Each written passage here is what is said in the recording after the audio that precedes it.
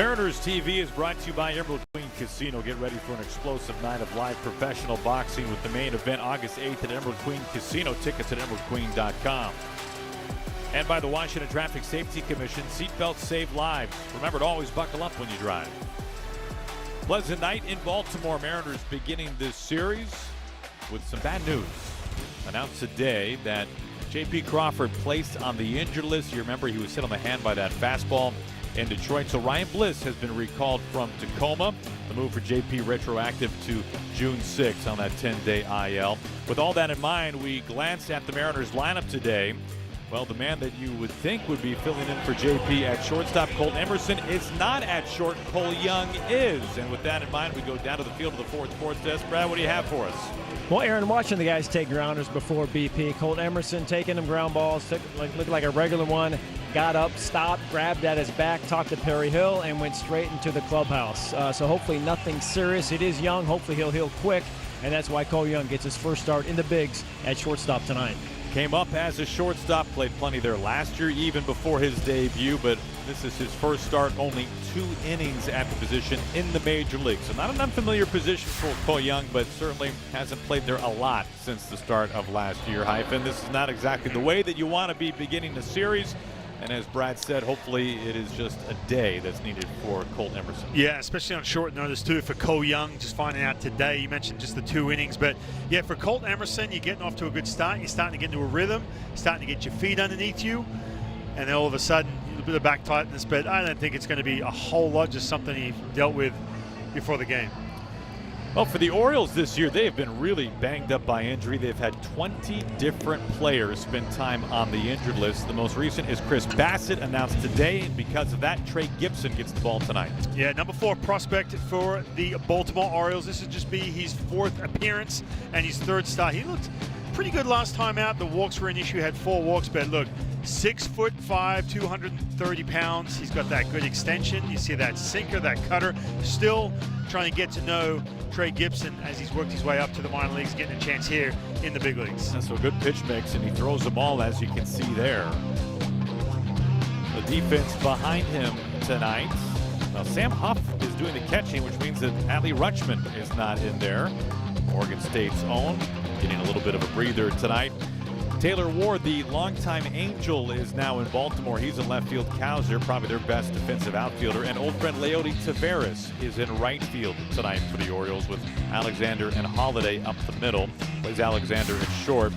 And because of that, Gunnar Henderson getting a night off. He DHs. Craig Albertaz is the first-year skipper for the Orioles. He used to be the bench coach in Cleveland, and now getting the job to run the ship here with the O's. Yeah, a whole new coaching staff this year in 2026. Whole new philosophy. How they want to go about things. So here is Mariners shortstop Cole Young. Now the first pitch of tonight's game misses high. Fastball to 95 miles an hour for ball 1. Mariners beginning the series tonight in Baltimore, coming off a series loss in Detroit. It's a game that the Mariners looked like they were going to get a win and a series win last night until the Tigers walked the Mariners off.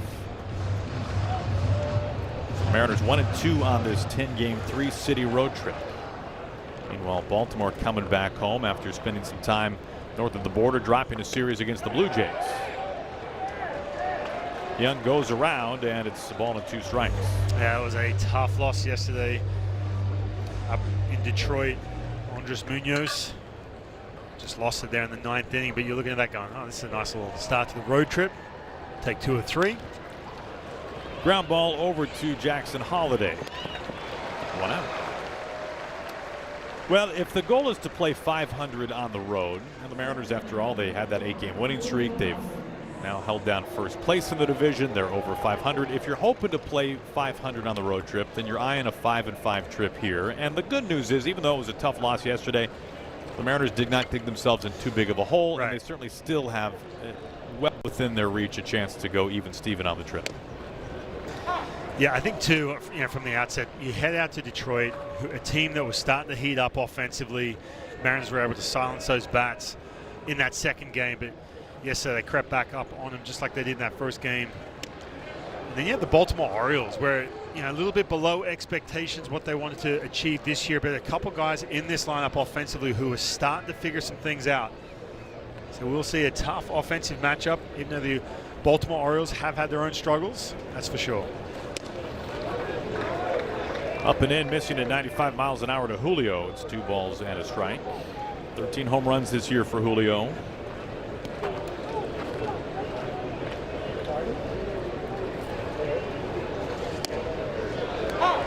Count evens. Everybody getting their first look at Trey Gibson, young pitching prospect for Baltimore. Usually that provides a bit of a challenge first time you see it.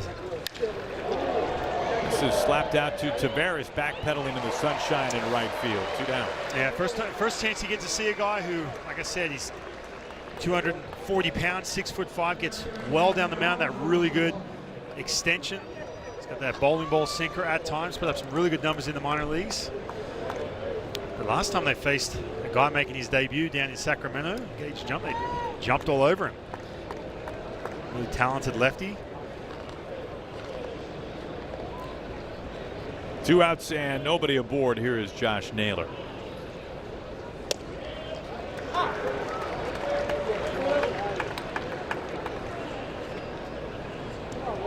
Jump was making his major league debut. Gibson has a couple of innings under his belt, just over a dozen. Making his 4th appearance, his 3rd big league start. Now Tavares coming in this time, and the former Mariner makes the catch, and Gibson retires the side in order. It's closer than you think.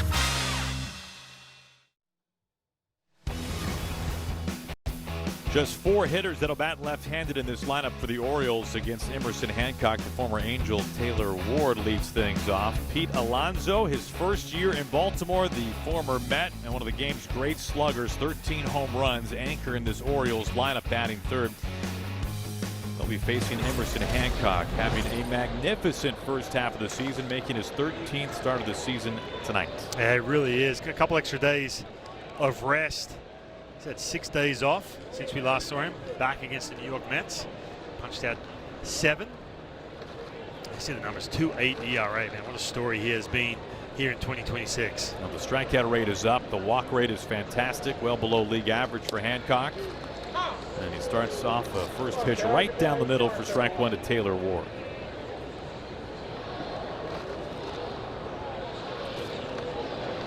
Eight years with Anaheim for Ward.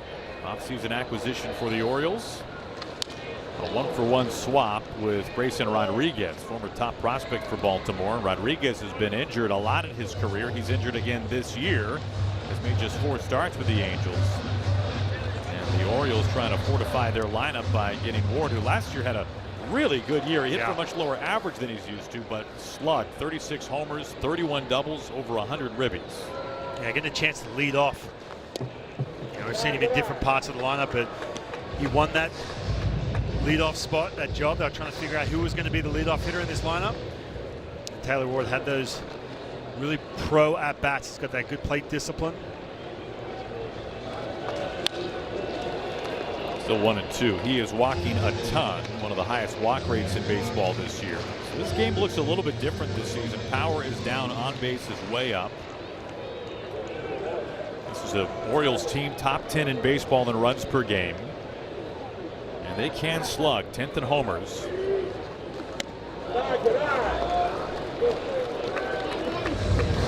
Two balls and 2 strikes.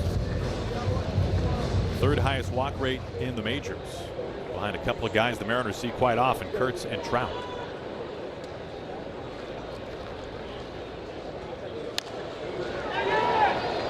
Fouls that away, still 2-2. And right on cue with this at-bat too.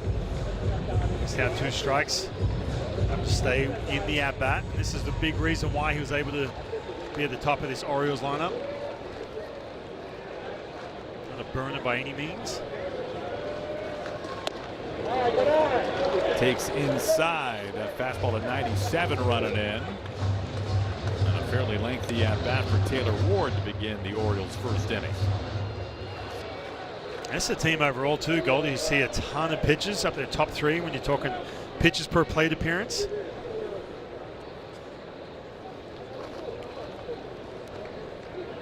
They do not chase very much. Pretty patient hitters. As this splits the left side past Wisdom and Young, and a long at bat results in a base hit for Taylor Ward. StatCast powered by Google Cloud. That got a new look arsenal for Emerson Hancock. And you saw a little variation there with the velocity too, as you see the pitches you're going to see from Emerson Hancock. We talked about the curveball. He kind of busted that out in some big counts that last time out against the Mets, but usually it's the sinker, four-seam with that sweeper. It's been so good this year for Emerson Hancock. In some of these righties, you'll see that sweeper breaking away from some of these hitters. And four-seam at the top of the strike zone. Gunnar Henderson climbs in. Shortstop DHing. He's had a tough year so far. Incredibly talented player. You look at his career numbers versus what has happened this year for Gunnar.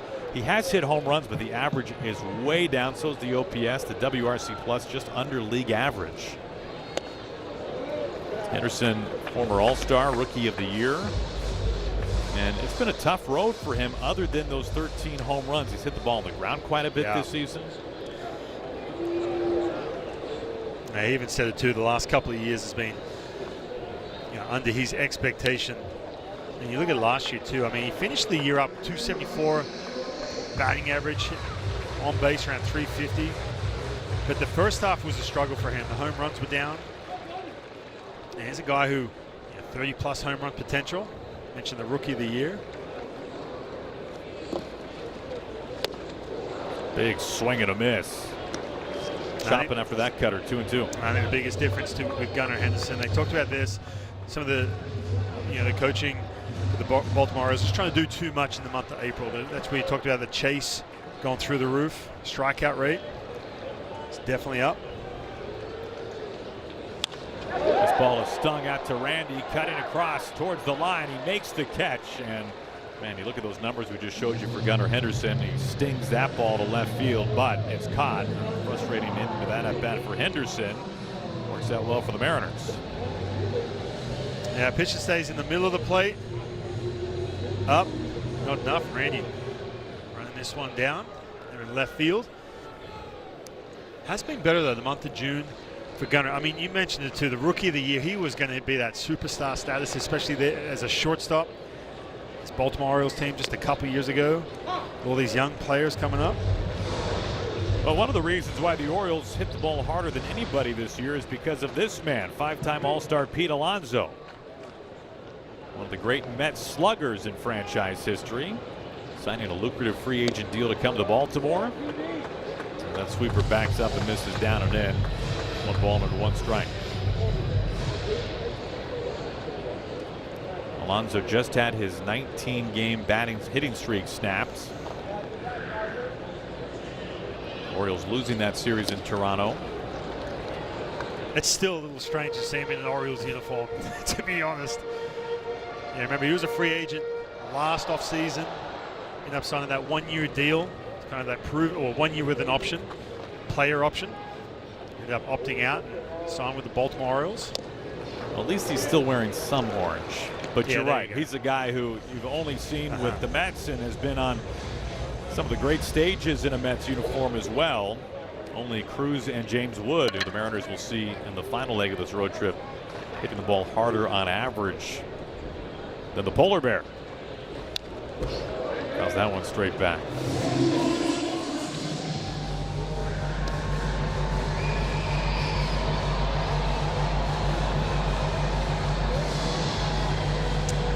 Well, there hasn't been an easy at-bat yet for Hancock. Yeah, there's been some healthy swings here early against Emerson.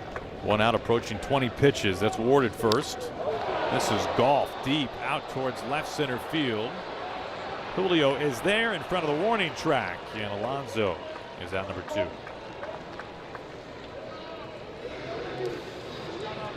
Yeah, one thing I've noticed with Emerson Hancock, I talked a little bit about that curveball that last outing, but the sweeper was so lethal in the month of April. He kind of lost that feel for that sweeper. It has been good, but it hasn't been the same as he headed into May. And I think he relied a lot more on the fastball at the top of the strike zone.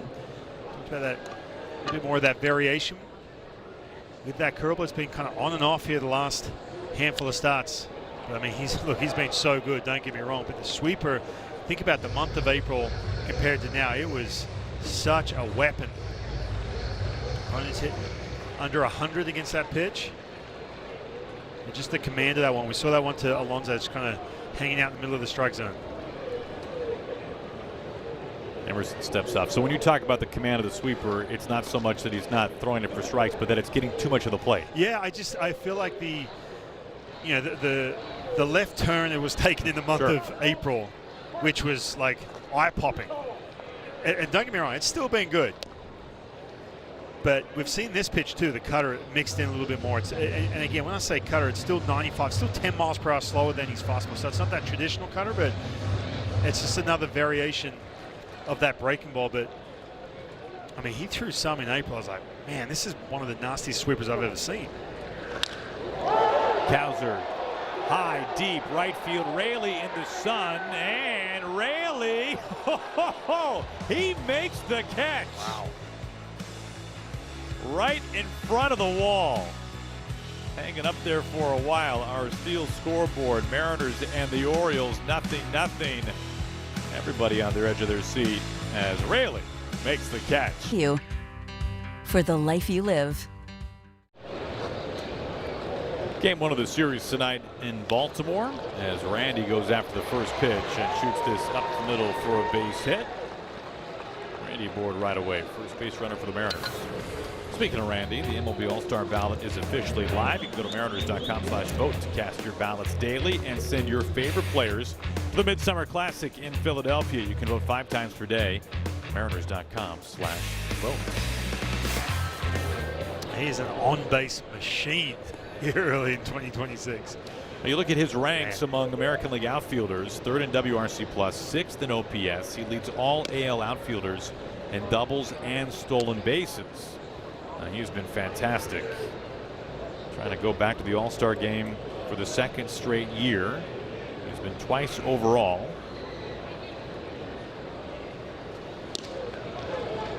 Luke Raley at the plate now. Yeah, I mean, looking at those numbers, those ranks, it should be a no doubt. I remember last year he was one of the last guys picked. Julio Rodriguez turned down the opportunity to be at the All-Star game. Focus on that second half. Randy was able to go.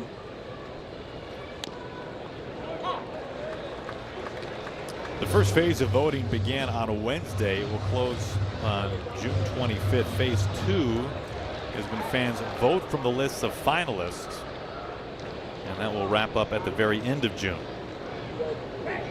Well, that will start June 30th and end on July 2nd. All-Star game July 14th. As our nation celebrates 250 years, it's being held in Philadelphia at Citizens Bank Park. Goldie, I had no idea you had multiple sports doing their thing in Philadelphia. This is caught, and Randy back to first base. Tavares has been busy early on. Multiple. What do you mean? Well, aren't we doing the different All-Star games? Doing the NBA? Am I correct on that one? Is that in Philadelphia? I believe so. Is it not?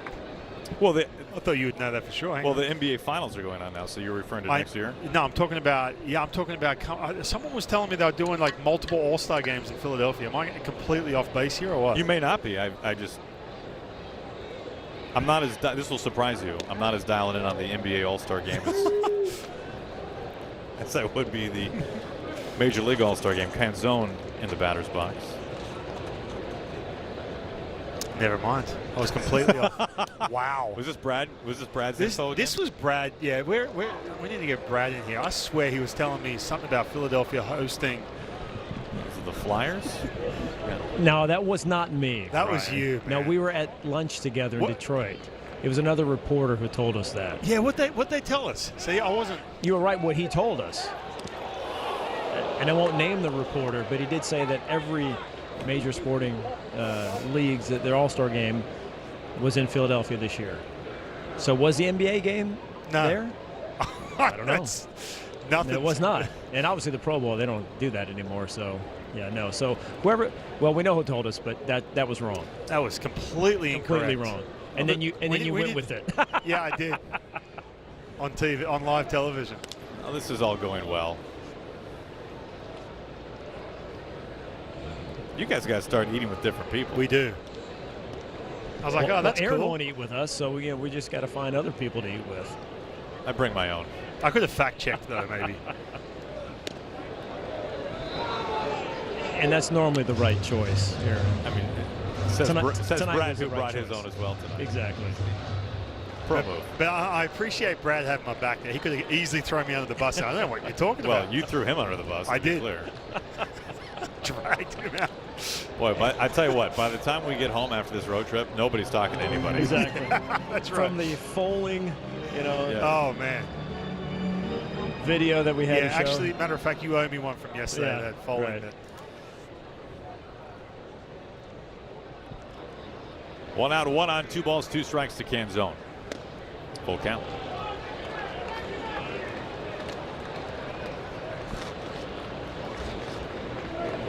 Now, Canzone has really been locked in. What a run he is on.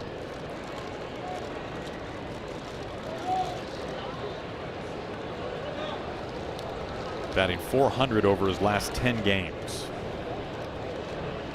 An OPS of close to 1,300, and the hard hit rate is through the roof. One thing leads to the other.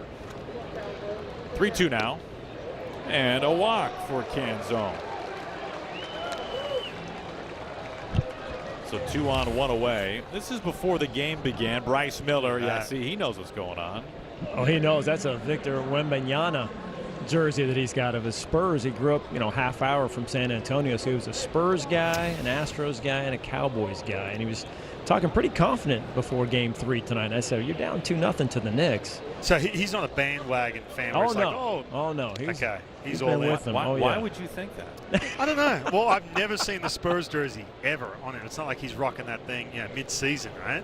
No, he's proud of the guys. He said they're a road team, so he's looking forward to Game 3 tonight. Wisdom, fly ball right field, not deep. Tavares has been on his toes in this game early on. 2 outs, and both runners stay put. Arozarena at second, Canzone at first. And of course, guys, we know who's coaching the San Antonio Spurs in the finals. It's Mitch Johnson, who I covered him at O'Day High School when he was playing the 3A championship game in the Tacoma Dome. Wow. He went to Stanford. Dad played in the league, of course, and now he's the head coach of the Spurs. Cool. So, because of Bryce and Mitch Johnson, now I'm rooting for the Spurs as well. Here is Pareda trying to extend a 6-game hit streak. I just want everyone to know the long game that was played here. This started with hyphen thinking. All that the All-Star all games. the All-Star games of every sport were being played in Philadelphia this year. NHL, And By the way, it was our long, WNBA. winding route to get to an O'Day High School shout-out. Brad, nicely done.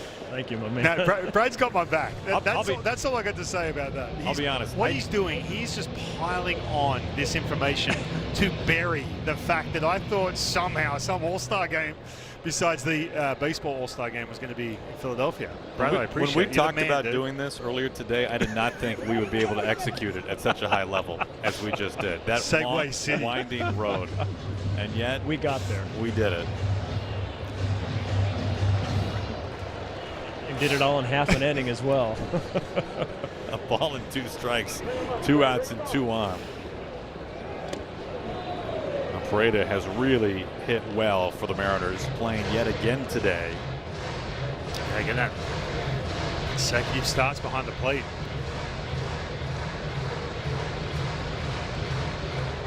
Yeah, look at the numbers, hitting 292. Base over 350.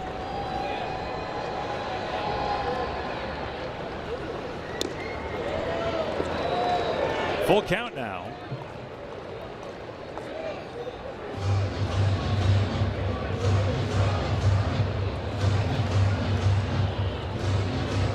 Bliss waiting on deck, batting ninth.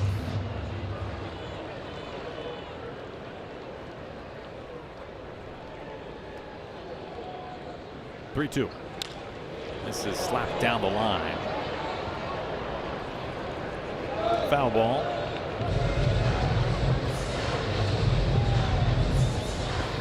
Now Gibson made pretty quick work of the Mariners in the first inning, but the Mariners with some traffic here and some lengthy at-bats.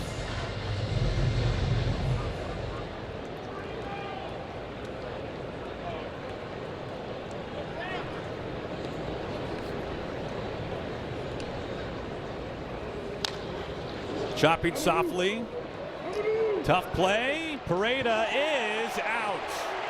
Alexander at short, and Alonso really helping clean things up at first base. Dan Wilson with his arm extended. We won't sell it.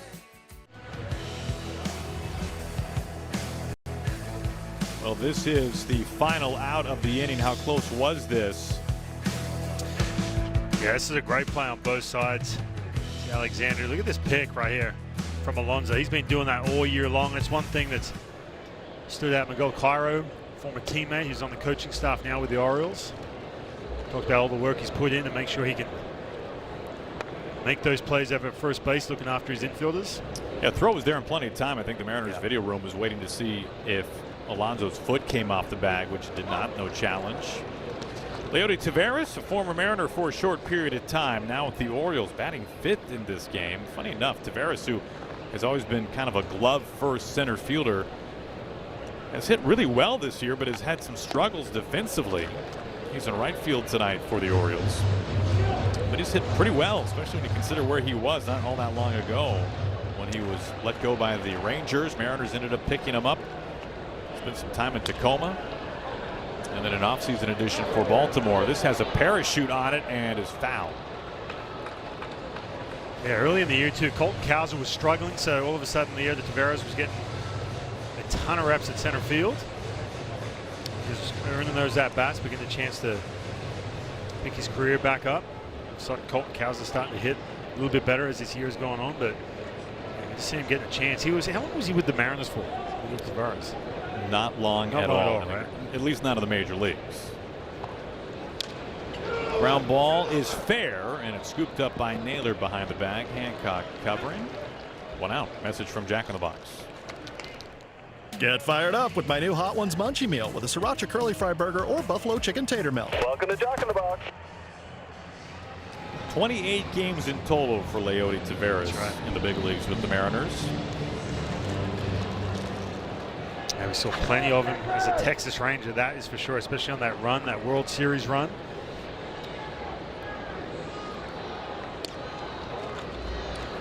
Pitch misses inside to Jackson Holliday. Son of Matt Holliday, great big leaguer. Former #1 overall draft pick.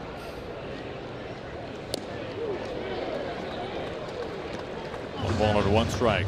Holliday not hitting for much of an average, and yet a pretty good on-base percentage because of this. He's walking at a healthy clip, also striking out a fair amount.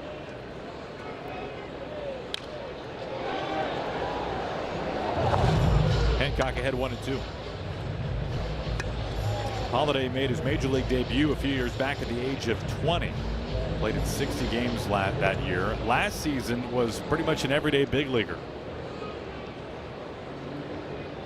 Hit .242, 17 home runs. And he gets put away on a good fastball by Emerson Hancock. His first strikeout tonight.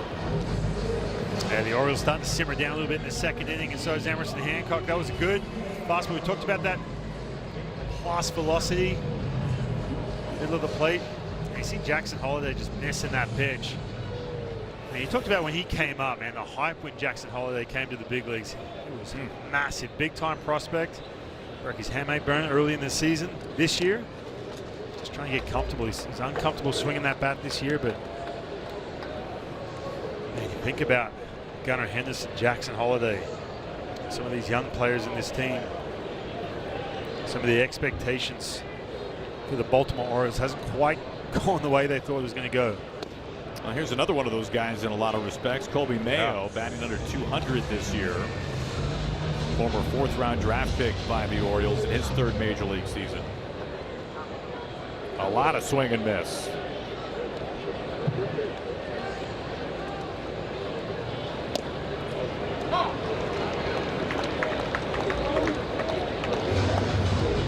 They got to the point last year in May. Brandon Hyde, their manager, the guy who had this young crew of players, these young prospects, bringing them up from the minor leagues, they fired him, went in a different direction. Another 97-mile-an-hour fastball gets a swing and a miss.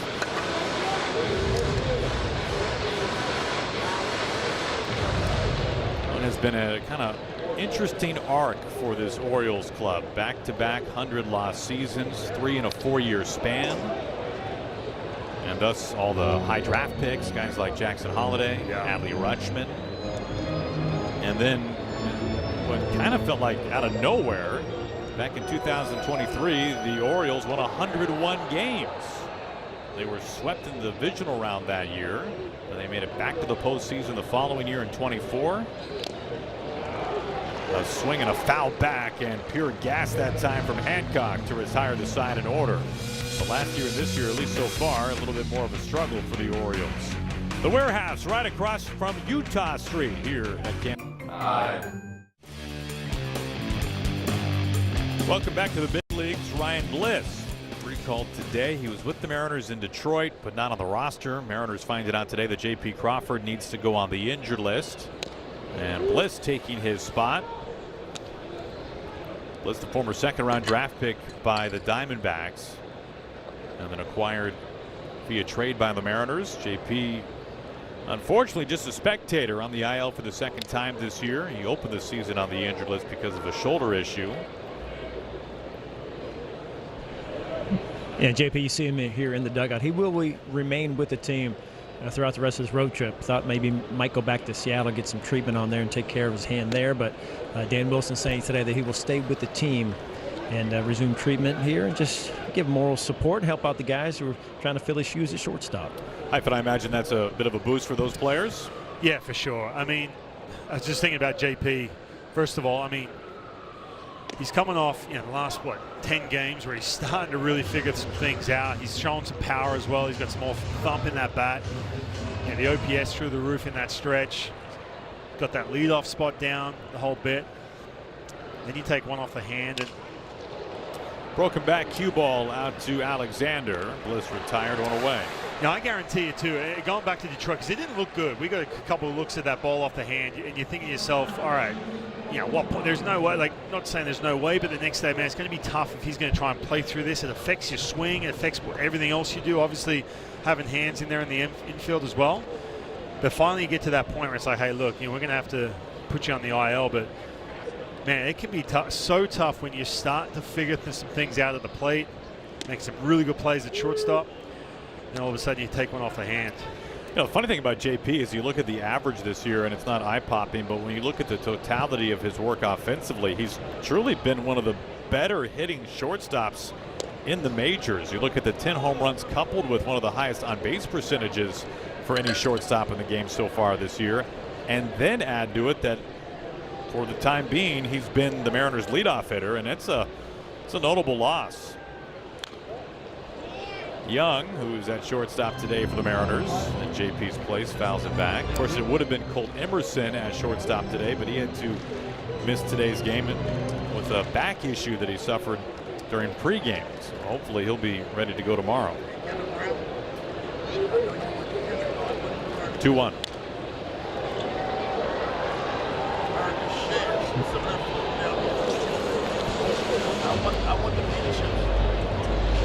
Young really seeing the ball well. A 10-game hit streak for Cole Young, batting .333. And one thing that really stands out is the lack of swing and miss during the streak in particular. Young for the season has been about a league average strikeout hitter, but during this run, it's a drastic reduction in the swing and miss. Right back off of Gibson, and it dies. He's able to pick it up, recover, and get the out. That ball was 102 coming right back at you. No challenge coming. No challenge. No, definitely a challenge. That looked like Cole had beaten the throw. Trey Gibson, 6'5", a little slow to get to that ball.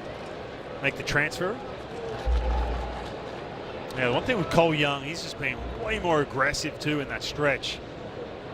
Swinging early, it counts.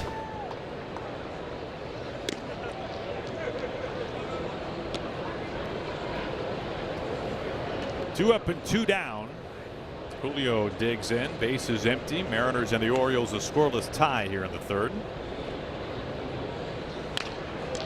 Another ground ball Alexander circles around it, and Julio retired. Sides that down in order. Do more this Father's Day at the Home Depot. Time to crack open the official MLB rulebook. This was in yesterday's game. Ernie Clement's at first base. Gunnar Henderson gets this ground ball, kind of offers the tag as Clement circles wide. The Orioles are not granted the double play. Look where Clement is when the tag is about to be applied, how far out he is. The rule stipulates that the base path is established by the defender when he goes to apply the tag. You roll it from here. There was not much of a tag attempt applied by Gunnar Henderson. That coupled with the fact that the runner was already so wide of second base, it was not ruled a double play. A run scored. Craig Alvarez came out, had a long conversation with Nick Lentz, the second base umpire. It led to a big inning. The Orioles lost. They are not very happy about the rule book today in Baltimore. Yeah, that was rough right there. And you made a good point before the game when we were watching this, talking about where the second base umpire was positioned to really get a good angle to see how wide Clement had been to the to avoid the tag. One of the really critical things when you see a play like that ruled is that the base path is ironically established by the defender. You can run, if you want to run to the foul pole, you can. It all is stipulated on where you are when the tag is being applied. Clement gets 3 feet to the left or to the right to avoid the tag. If he stays within that 3-foot lane either way, he can avoid the tag and be safe. He was already so far drifting to the right, you can see the straight path he would have had to second base, that truly he doesn't potentially go 3 feet further to the right. So that's one part of the rule, as this sweeper backs up and actually hits him with 2 strikes. That's a frustrating pitch for Emerson Hancock.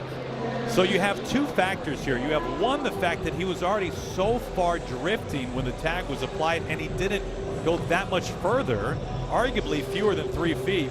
And the other thing is that Gunnar Henderson barely made a motion to apply a tag.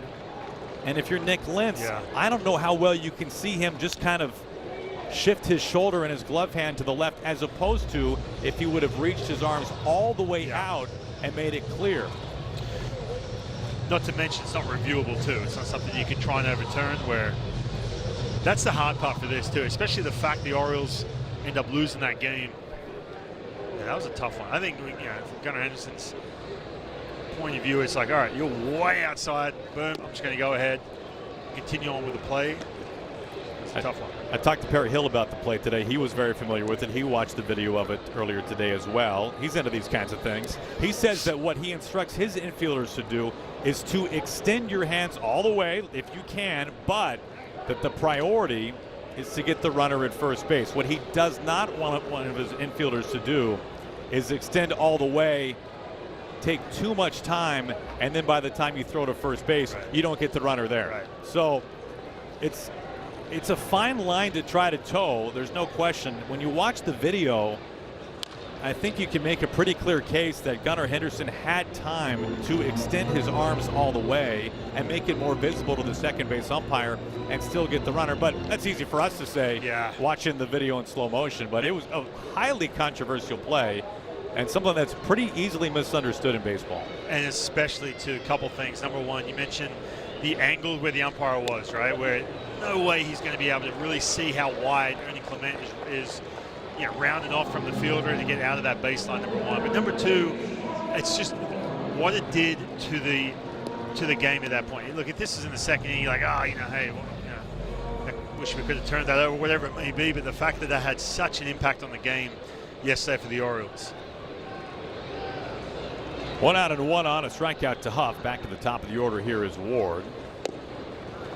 Orioles right now in 4th place. They lost a game to the Blue Jays. 1 game behind Toronto. Rays and Yankees tied for the top spot in the East. Mariners will see the Red Sox over Father's Day weekend at home.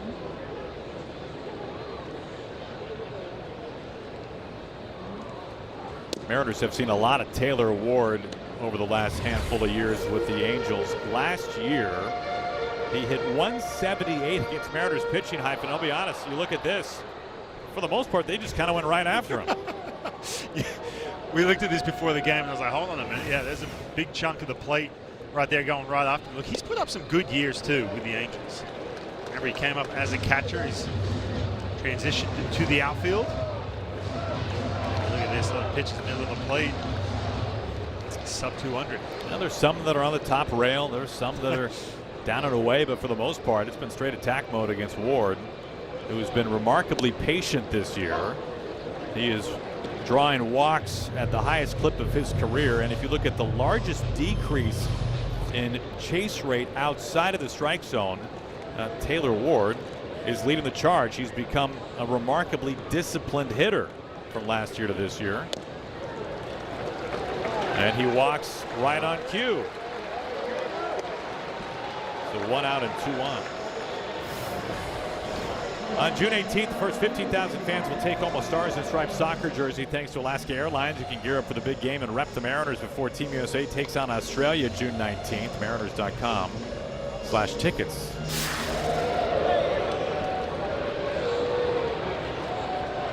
So a hit by pitch and a walk. And here comes the teeth of the order for the Orioles, Gunnar Henderson. 97 scrapes the outer edge.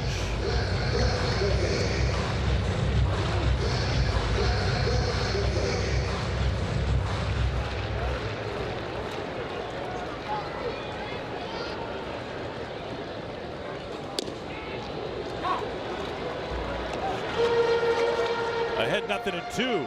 A couple of fastballs, crisp ones at that, to Gunnar Henderson.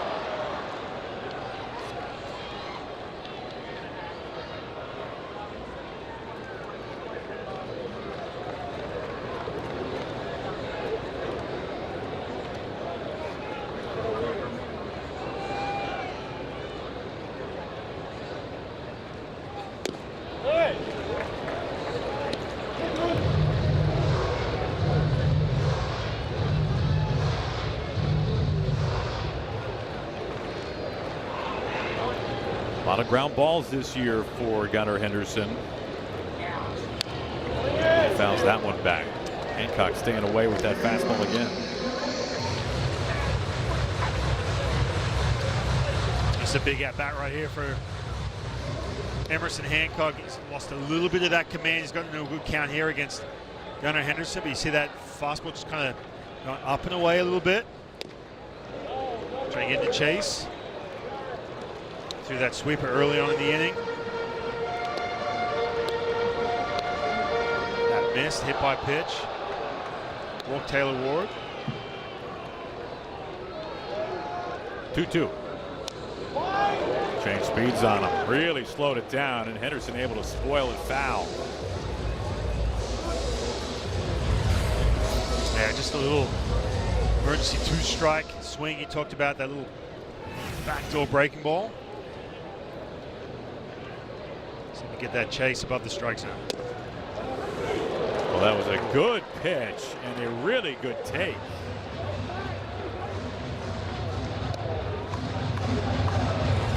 Yeah, this time going in. Everything's been away this at bat. Just missing.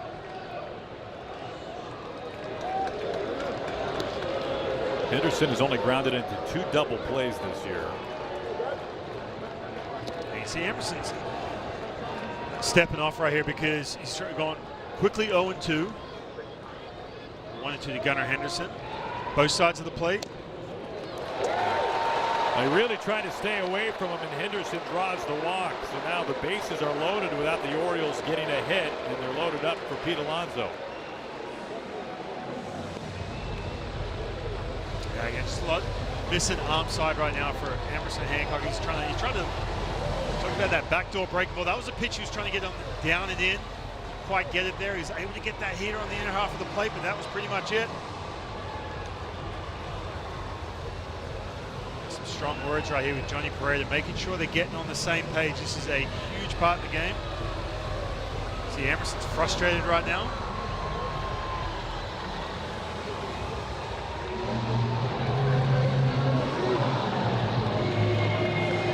Now, I think this goes back. You saw him step off during that at bat, and I think because him and Johnny Pareda just couldn't get on the same page. So Emerson Hancock, like I said, missing some of these pitches in a tough spot right now, loaded bases. Make sure Pareda knows exactly what they want to do. Down and in ball one to one of the game's great sluggers in Pete Alonso.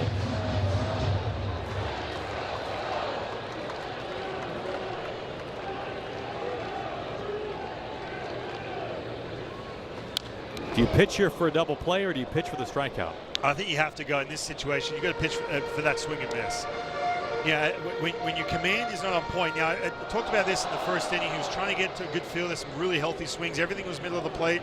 Second inning, everything kind of simmered down. But this inning, he's just trying to find it. This is where you have to go for that miss. Well, he gets ahead 1 and 2.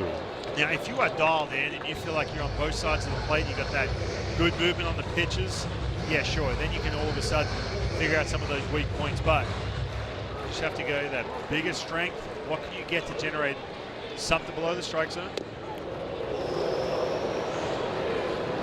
Backup sweeper, 2 and 2.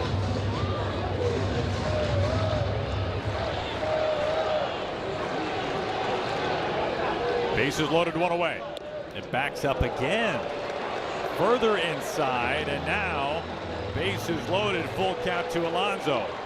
You have to challenge him here, no doubt. Fastball up. Fly ball, Julio. Alexander, good runner at third. Julio makes the catch, shadow center. Here comes Alexander. Throw comes home. It's cut off. Throw to third, not in time. A run is in, and the Orioles take a 1-0 lead. A sac fly by Pete Alonso. And if you're Emerson Hancock, as tough as it is, we saw how frustrated he was when Johnny Pareda came out to the mound, but you'll take it. 3-2 count with loaded bases. You missed a pitch, by the way. I said to get that ball up. That pitch was just in, just enough. See right here, Julio trying to fire one home, and Josh cutting it off. Tough angle too. If you're going to turn that way, there's really no chance you're going to get Taylor Ward at third base. Both runners advancing. Cowser looks at a strike. So some damage control here for Emerson Hancock, trying to get out of the inning, allowing just the lone run. Cleanup hitter Colton Cowser. Just missing the corner.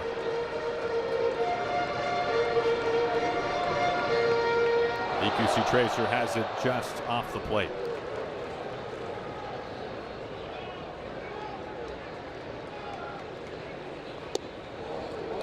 Finds the corner that time, and Cowser wants to challenge this. ABS powered by T-Mobile. Correctly called and perfectly placed by Emerson Hancock. Just gets the corner.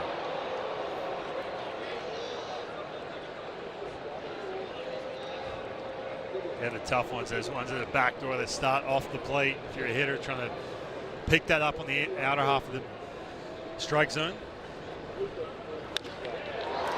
Julio angling back, has a beat on it, and damage control complete from Emerson Hancock. It's out of that jam with the bases loaded, allowing just a lone run.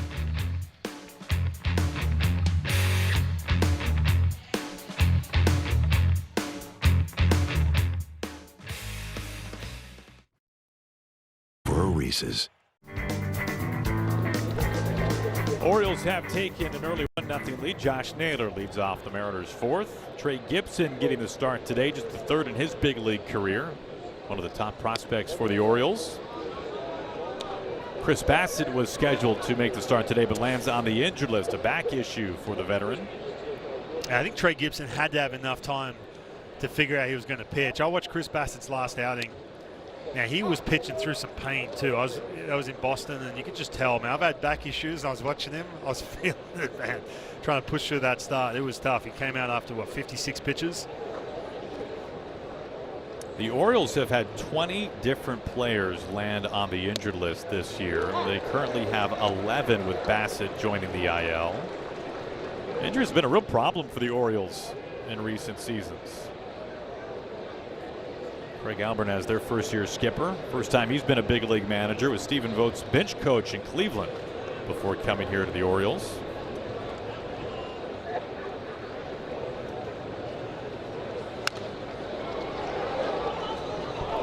Still 1-2 on the Mariners' first baseman. Everyone was on board when he took over. Made a huge impression in spring training. Talked about how much he was going to communicate with this team. A swinging bunt. Josh is not pleased. Still not pleased. 1 out. On August 8th, the Mariners are hosting one of the biggest events of the year. It's 50 Season Celebration Night presented by Daktronics. You can witness an iconic gathering of franchise greats as the top 50 Mariner players are unveiled and honored at T-Mobile Park. You can pick up your tickets at mariners.com/50. What a night that'll be. Yeah, and just back to Albernaz with this team. You got a young core of players. They didn't live up to expectation last year. They didn't have the pitching last year to go along with that good young offense. But one thing he established in spring training, said, look, I will communicate with everyone. I'll let you know way ahead of time what I'm planning to do in the game, even when you're talking about platoons, when you talk about pinch hitting. Everyone's been on board so far. I think, too, it helps having Pete Alonso. He's made a huge impact on some of these young players coming over the Orioles as well.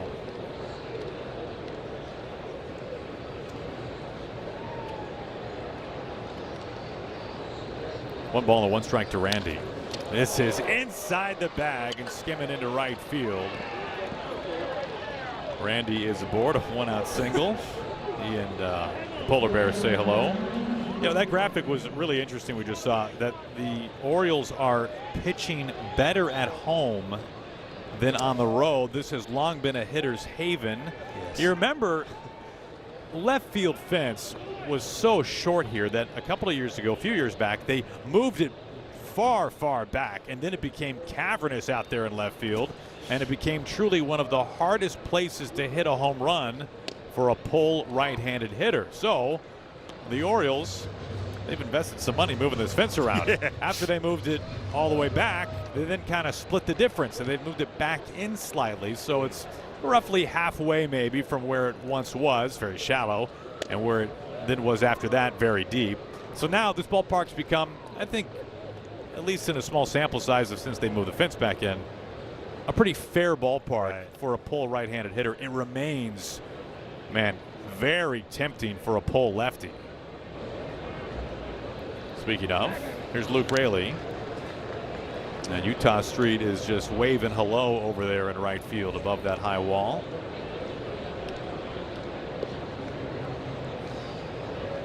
Yeah, there are a lot of complaints when that left field wall went up. The original one I'm talking about. From some of these hitters.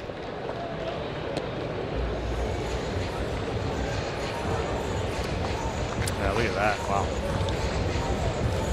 Yes, so the fence was in, then it was far out, and now it's back in slightly. 2-1. Now this is a big league pop-up. The catch made by Mayo. 2 down.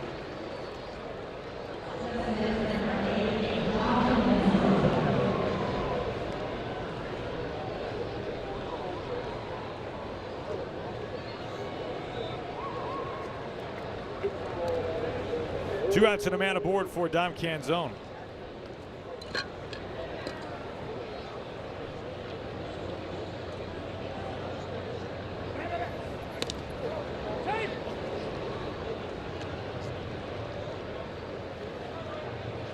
We take you back to Saturday in Motown. What a day it was for Dom. He had a target on that center field wall. Camera couldn't even stay with that. Ball was absolutely crushed. Now you got to hear the pitch before was a fastball, and then he fouled it back. He just missed it. Now I'm thinking to myself, all right, he's going to get a changeup. That's a pitch he struggled with. Got another fastball. He was all over it. 450 feet later. 0-2.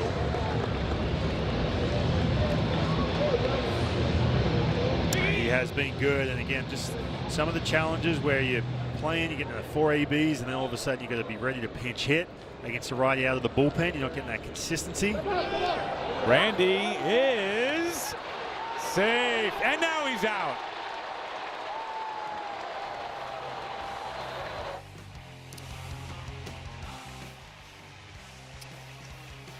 It's happened again. Let's see if the Mariners want to challenge. Orioles are walking off the field, no challenge coming. And the inning comes to an abrupt conclusion. You can see right there, clearly off the base. Alonso, credit to him, stayed with the tap. Imagine that.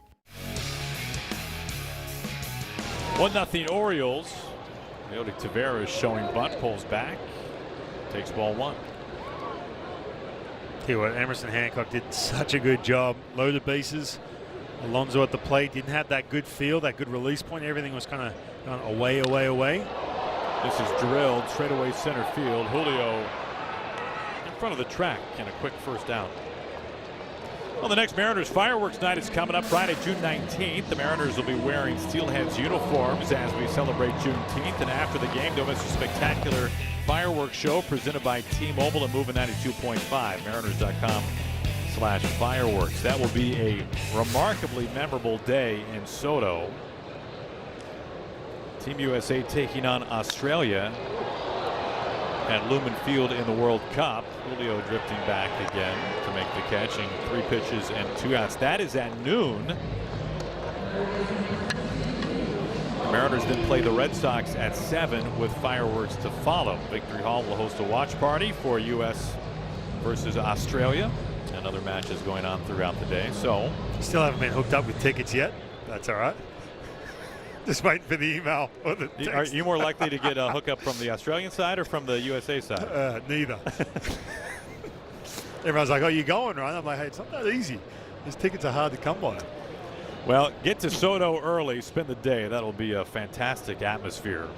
Just get a hat back, watch it over there before the game. You can join me. I'll get you a Socceroos jersey. That'd be great. And Brad Adam. Get you in the green and gold. Yeah, maybe you and Brad can tell me paint. something completely false that I can run it on the air later that day. That's right. That'd be great. About all-star games that are never going to happen in the city.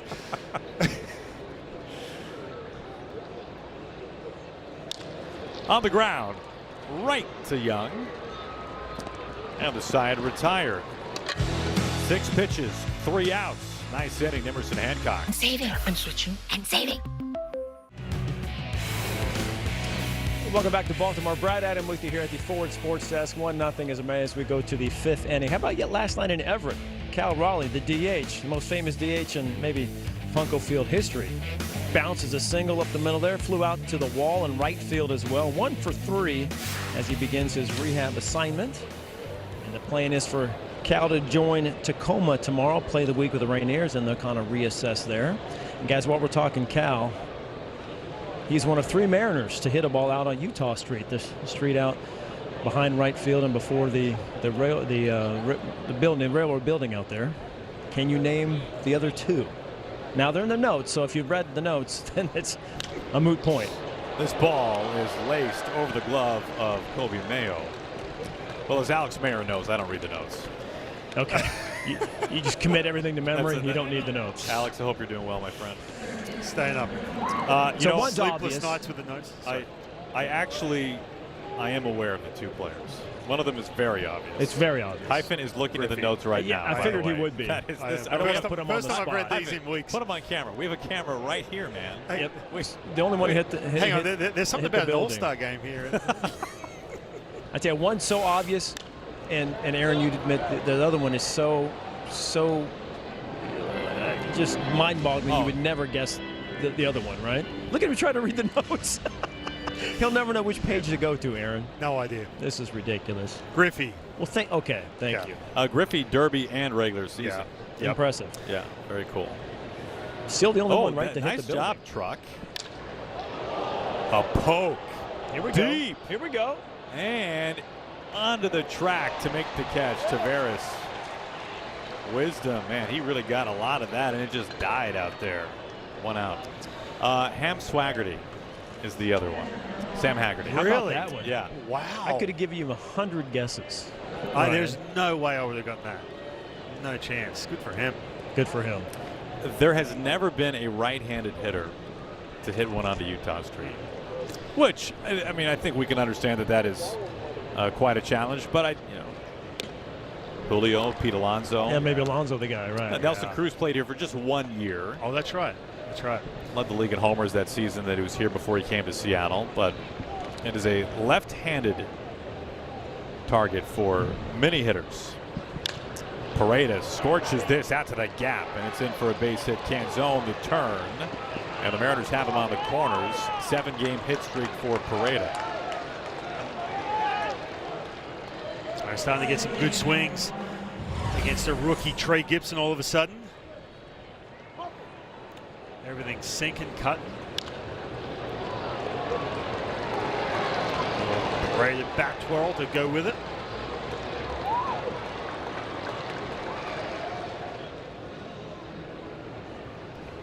Well, the Mariners now with runners on the corners for Ryan Bliss.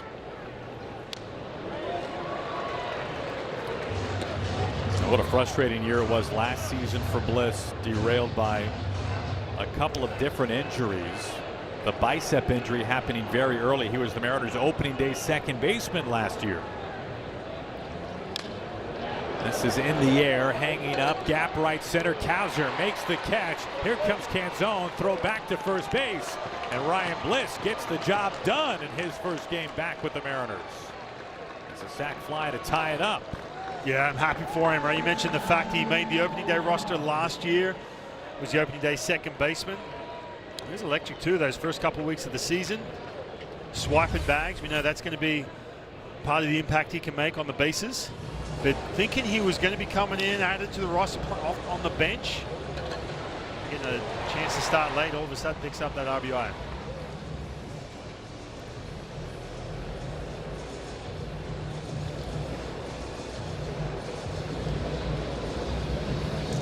Oh man, that's got to feel good. Yeah.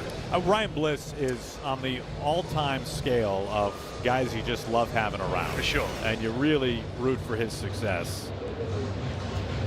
That's going to be tough too. I never really had that when I was playing, where guys would, the taxis, the guys who would rock up to the hotel and just kind of wait in the wings. But hanging out, you can't really be with the team, right? Because you're not supposed to be on the field with the team when they're working out in the afternoon or at the game. Just kind of sitting back, waiting to see what the verdict was going to be with J.P. Crawford. Next thing you know, you get added. Then last second, you're going to be added to the lineup that night, getting himself an RBI. Good for him. This is now the third time through the order for Gibson. Young 0 for 2, a couple of ground ball outs. All tied up, 2 outs in the 5th. Broken bat, and yes, it's got the height. A loop over Holiday, and the Mariners have 2 on with 2 down. And watch out over there. That's second base. Orioles bullpen is beginning to stir. Almost 70 pitches for Gibson at this point. Yeah, there's really been nothing straight against Trey Gibson. We talked about the cutter, sinker, but everything's hanging out in the same part of the plate, right? So once you get those couple looks at it, you have to start recognizing pitches. See Albanez going straight to that bullpen, short leash. Anthony Nunez warming up. It's now an 11-game hit streak for Cole Young. He's at first, Pareda at second. Nunez coming on. Legendary moments start with a light. It's Miller time. Mariners TV is brought to you by Virginia Mason Franciscan Health. Make a play for your health with the Mariners' trusted sports medicine provider. And by your local Ford dealer, home of the F-150, America's best-selling truck for 49 years. Mariners dip into this Orioles bullpen in the 5th. Trey Gibson is done after 4 2/3. Yeah, he was on that short leash, only 68 pitches. I thought he looked good, but everything was kind of ended up in that same part of the strike zone. The Mariners finally got to him, handed over to the bullpen. Probably the weakest point in this Orioles roster right here is this bullpen. You see Nunez coming here in the 5th. Rookie reliever for the Orioles, missing down and away, ball 1 to Julio. A ton of chase, a ton of swing and miss. That sweeper's that big weapon.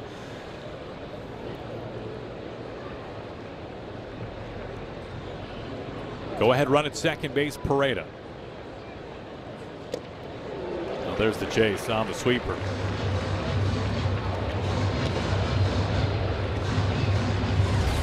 They get another look through back to back. Julio being really aggressive.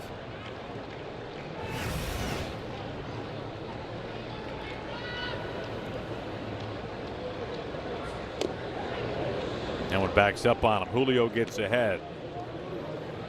Pareda at second. Young, the runner at first base. His single kept the inning going.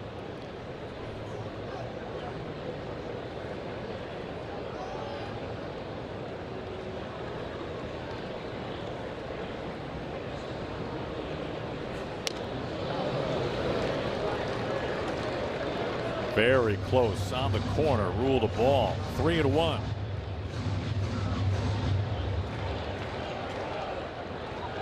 This is where you can gear up for that heater. You've seen that sweeper on both sides of the plate. Inside, it was a fastball that ran in too far. The Mariners have the bases loaded. You can see Nunez, he got that swing and missed on that second pitch. All of a sudden he tried to make it a little bit bigger. You see this from young pitchers sometimes where they execute a pitch facing a guy like Julio Rodriguez, get that miss, they try and make it bigger, and then all of a sudden they slip behind 3-1. They try to beat him with a fastball, missing the plate. Naylor looks at a strike. The pitching has not been good overall this year for the Orioles. It has been better as of late. That just catches the bottom rung. Go ahead run at third base, 2 outs. Big at bat here for Josh Naylor, trying to put the Mariners in front. Lifted deep right field. Taveras is looking, and it's gone! A grand slam for Josh Naylor.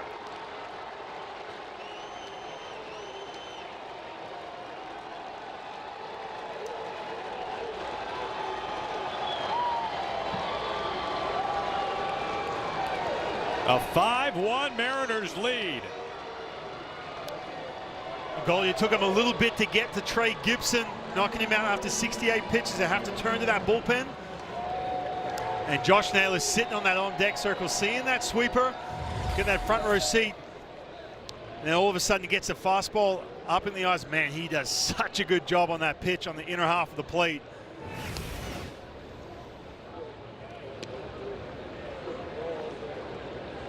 Wow, what a blow here in the 5th inning. 5-1. 5 unanswered by the Mariners.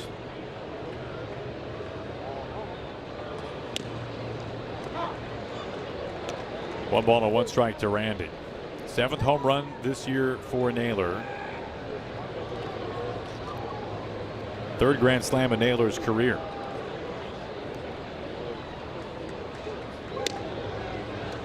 Weren't we just talking about balls getting out to right field? Not quite to the street, but you'll take it.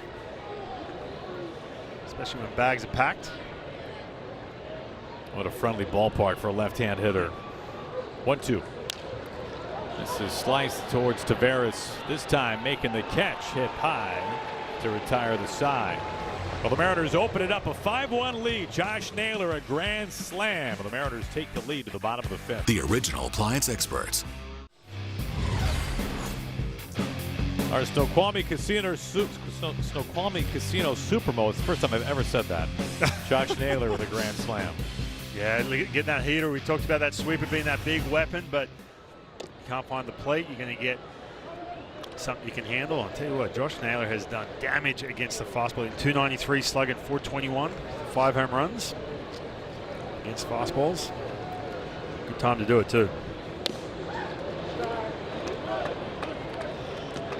Emerson had that quick 4th inning. Only 6 pitches. This is where you got to put your foot down right here against the Orioles. Shut down any momentum. Well, the Orioles really made him work through those first 3 innings, so he needed kind of a get back on track kind of ending. He got exactly that in the 4th. And 32 pitches in the preceding inning.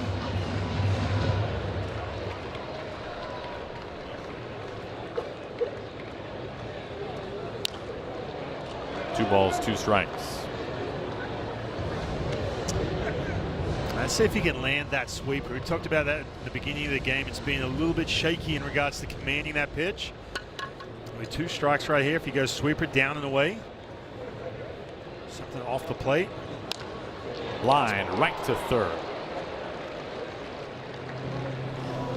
You know, there's a home run derby coming up.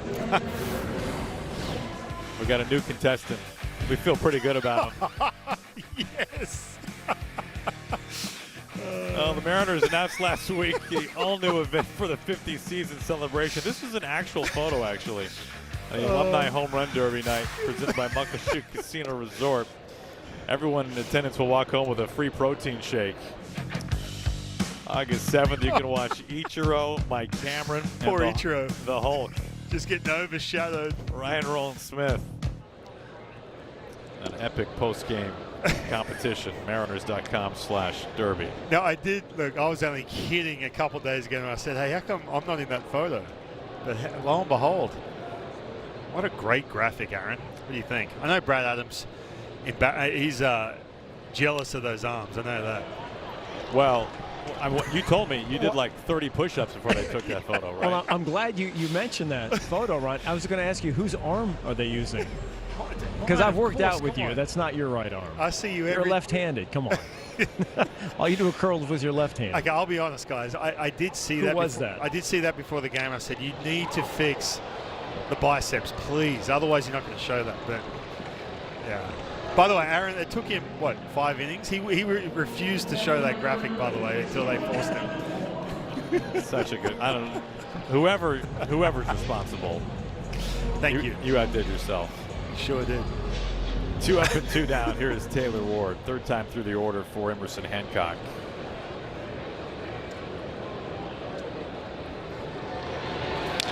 Line center field. Just a second hit today for the Orioles. They're both from Taylor Ward.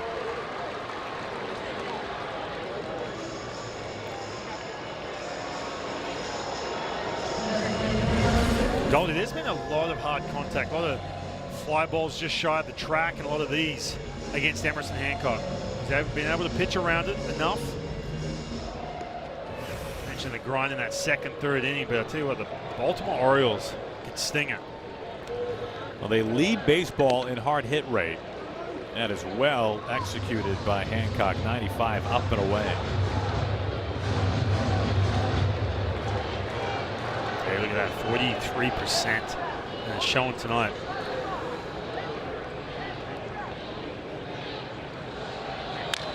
Ground ball, and it gets past Naylor.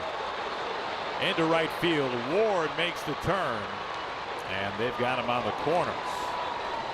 Orioles threatening as they bring up Pete Alonso. Well, he had a big at-bat. Just a sac fly in that 2nd inning. Excuse me, in that 3rd inning. Now all of a sudden Emerson Hancock's going to have to make some big pitches right here to the polar bear. Again, plenty of hard contact all night tonight. Had the quick inning, the last one.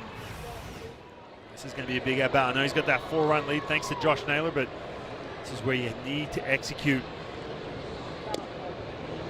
Good start right there. Good pitch, 95. Down and in.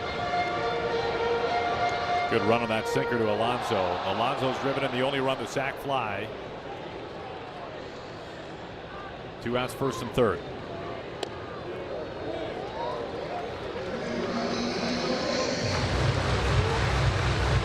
Just in off the plate. Alonso this year 13 home runs in his 1st season with the Orioles. He has been one of the game's best home run hitters since he burst on the scene in 2019. Only Judge and Schwarber have hit more home runs than Pete Alonso. He had that historic rookie season back in 2019. 53 home runs, an all-time major league record, surpassing Aaron Judge's 52. I don't know what's more impressive, the fact he's 3rd, or he's beating out Ohtani and Matt Olson. And below him. If there's ever a time to find that sweeper, Emerson Hancock, the time is right now. They went to it, but it misses low, and Alonso doesn't chase. He's sitting dead red right here. You can see that Sweep it from a mile away. 2-2. Softly hit, shallow. Young out, Julio in. Julio's got eyes on it. He puts it away. And Emerson Hancock allowing just 3 hits and a run over the first 5 innings tonight. FuboTV.com. Mariners TV brought to you by Holland America, Seattle's hometown cruise line, offering convenient round-trip Alaska sailings from Seattle. And by PIMCO, the insurance you get. Learn more at PIMCO.com. Beautiful night here in Baltimore. Game 1 of the series, 4-game set, Mariners and Orioles. 5-1 M's thanks to a grand slam by Josh Naylor and a bliss sac fly. Nunez back out on the mound. Strike 1 to Luke Raley.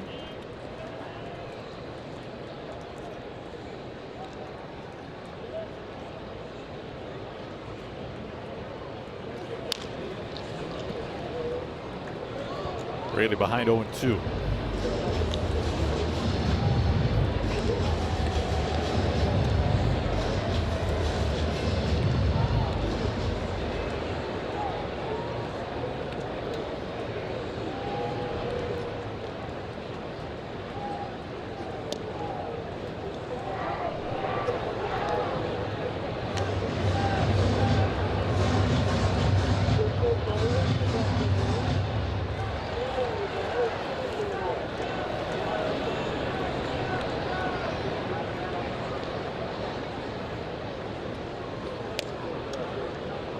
Missing outside. 2-2 on Raley. 13 home runs for the Mariners right fielder.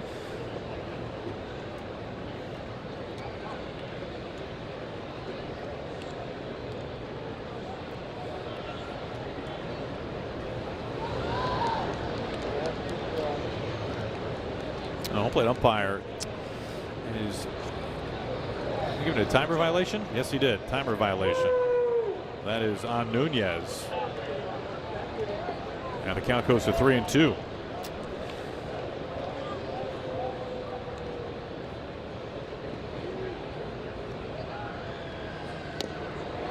He gets the strikeout to Raley. That's how the top of the 6th begins. The insurance you get brought to you by PIMCO Insurance. Logan Gilbert goes tomorrow for the Mariners. How about these splits for Logan Gilbert, hyphen, on the road this year, a .94 ERA. That's unbelievable. I mean, again, you think about it, obviously at homes where some of the damage has been done against him, the long ball, all the home runs at home, and just getting it done. Sub-1 on the road. The only road home run allowed was to Byron Buxton back at Target Field. Now, Logan Gilbert pitching tomorrow, but last couple starts he's gotten back to that split. More fastballs. He's got that swing and misses up. Swinging bunt. Nunez underhand flip. 2 down. Pretty wild when you look at the Orioles this year. When they win, they tend to score a lot. When they lose, they tend to not score much at all. In wins this year, they're averaging close to 7 runs a game, and in losses, fewer than 3 runs per game. To be fair, there's always going to be a disparity in wins and losses, of course. But it's one of the larger differentials you'll find in baseball this year. And you go through their game log, and more times than not, when they're winning games, hyphen, it's 5, 6, 7 runs. You know, their pitching has struggled this year, which makes sense that they don't win a lot of low-scoring pitcher duel kind of games. The kind of games the Mariners have just basked in recent years, of course. So 5-1 lead for the Mariners. Nice start for the M's. Yeah, we saw that first and hard hit rate. Go along with that plate discipline. Wisdom skies this out towards the line in left field, and the catch is made by Taylor Ward. Nunez retires the sign and order.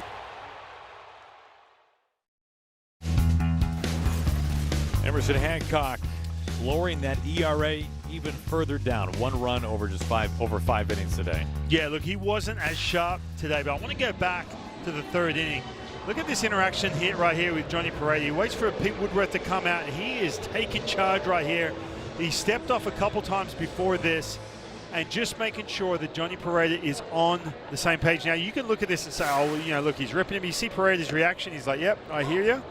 That's Emerson Hancock right there taking charge. And on the flip side, too, with Johnny Pareda, look, think about the workload he's had to take on since Cal Raleigh's been on the IL. He's got way more playing time than he probably thought he was going to get, that's for sure. He's already played, he's had 3 consecutive starts, but just getting on the same page, they're able to limit the damage, just that 1 run. And that was it, 1 run from the Orioles. He didn't have his best stuff, wasn't sharp at all, but man, able to get through 5. Nice start for Criswell as this is flown out to right field. Cowser is retired. Only the 3rd time that the battery of Hancock and Pareda have worked together. Right.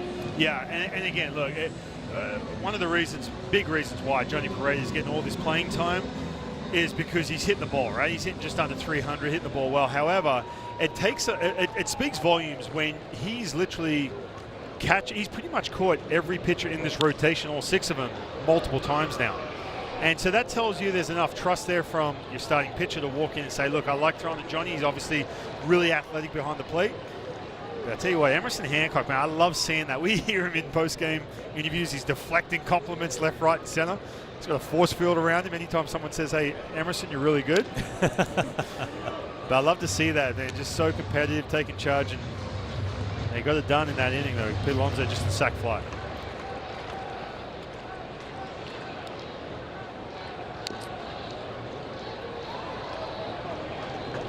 Two balls and a strike to Taveras. Well, Hancock is as gracious, not just of a ball player, but of a human being as you'll come across. But obviously, for all these guys, they flip the switch when they cross the line, and in his case, take the mound 2-2. And Emerson certainly had a message he wanted to relay, and he pitched very well tonight. Just a 1 run over 5 innings.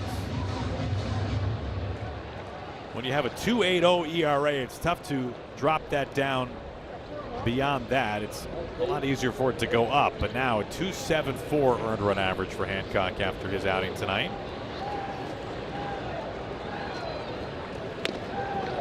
And I think too, I mean, surely in consideration for that American League All-Star team.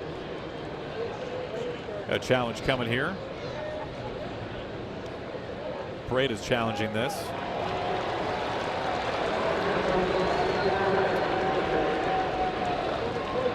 It is the ball. Saw this yesterday from Pareda where it's a 2-2 count, trying to help out his pitcher, but well off the plate. Yeah, the ABS system's been a struggle for Pareda. An atom ball. Rayleigh hardly even has to move. They move more on the on-deck circle. You can score on tickets for less than $12 when the Orioles come to town for a 3-game value series, June 16th through the 18th. Go to mariners.com/value games to lock in your seats and check out the complete Mariners value game schedule this summer. Mariners will be seeing the Orioles back at home soon. Ground ball, Naylor. Criswell covering. And a 1-2-3, bottom of the 6th. Mariners pitching holding these Orioles to a run through the first 6 innings. Welcome to Jock in the Box. Let's call it an offensively charged final 2 series of this road trip. The Mariners beginning a 4-game series at Camden Yards, then to Nationals Park for 3. A lot of offense inside Camden Yards this year. 7th most runs scored per game. In terms of extra base hits, 10th. And for Nationals Park, man, the Nats, they can really swing it, but they have been giving it up as well. Yeah. So it's a good weak stretch of baseball for the Mariners hitters. Yeah, maybe Josh Naylor maybe helped out that runs category for Camden Yards, maybe getting him the 6th after that grand slam. Underwater swing and a miss from Pareda. It's 0-2. All 5 runs for the Mariners coming in the 5th inning. It started with a game-tying sac fly from Ryan Bliss and then Naylor's grand slam. Just a little smile on his face. So plenty of that back in that Detroit series, even after taking one off the back. That 2nd game. Pareda does not go.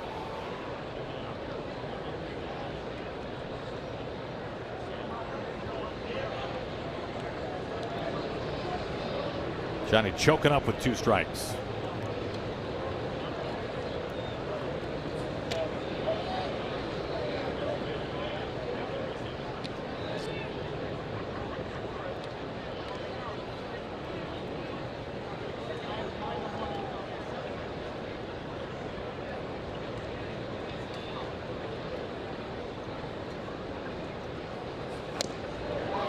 Swings and misses at a fastball running down and in. Good two-seamer. 1 out. A message now from Jack in the Box. Get fired up with my new Hot Ones Munchie Meal with a Sriracha Curly Fry Burger or Buffalo Chicken Tater Melt. Welcome to Jack in the Box. Leadoff man sat down. Here is Ryan Bliss.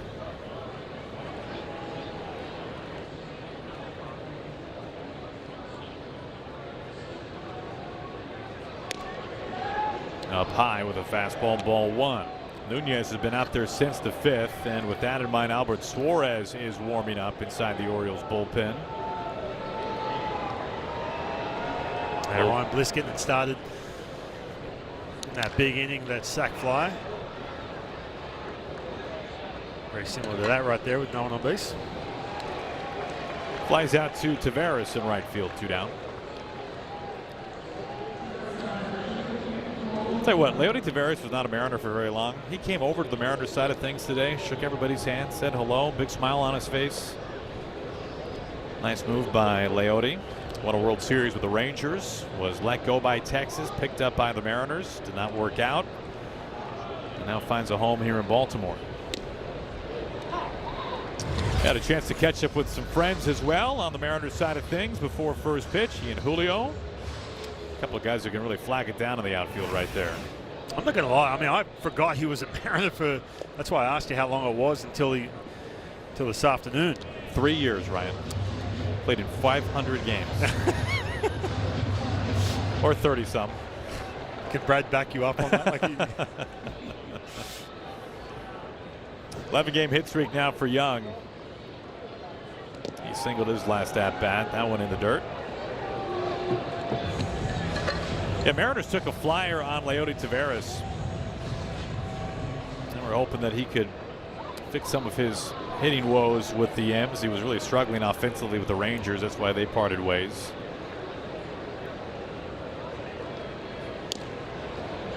Three and 1. Now, this might be the last batter for Nunez. He's been out there since the 5th inning. If Young reaches, Julio would bat next.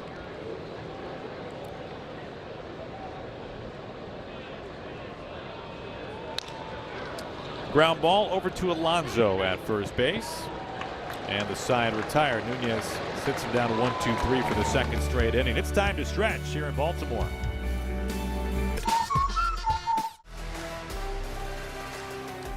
Mariners TV is brought to you by the Washington Lottery. Washington's Lottery helps fund the Washington Grant, free money for college training or apprenticeships. On this date, as we take you back to the Trop 2014, King Felix, a career best 15 strikeouts against the Rays.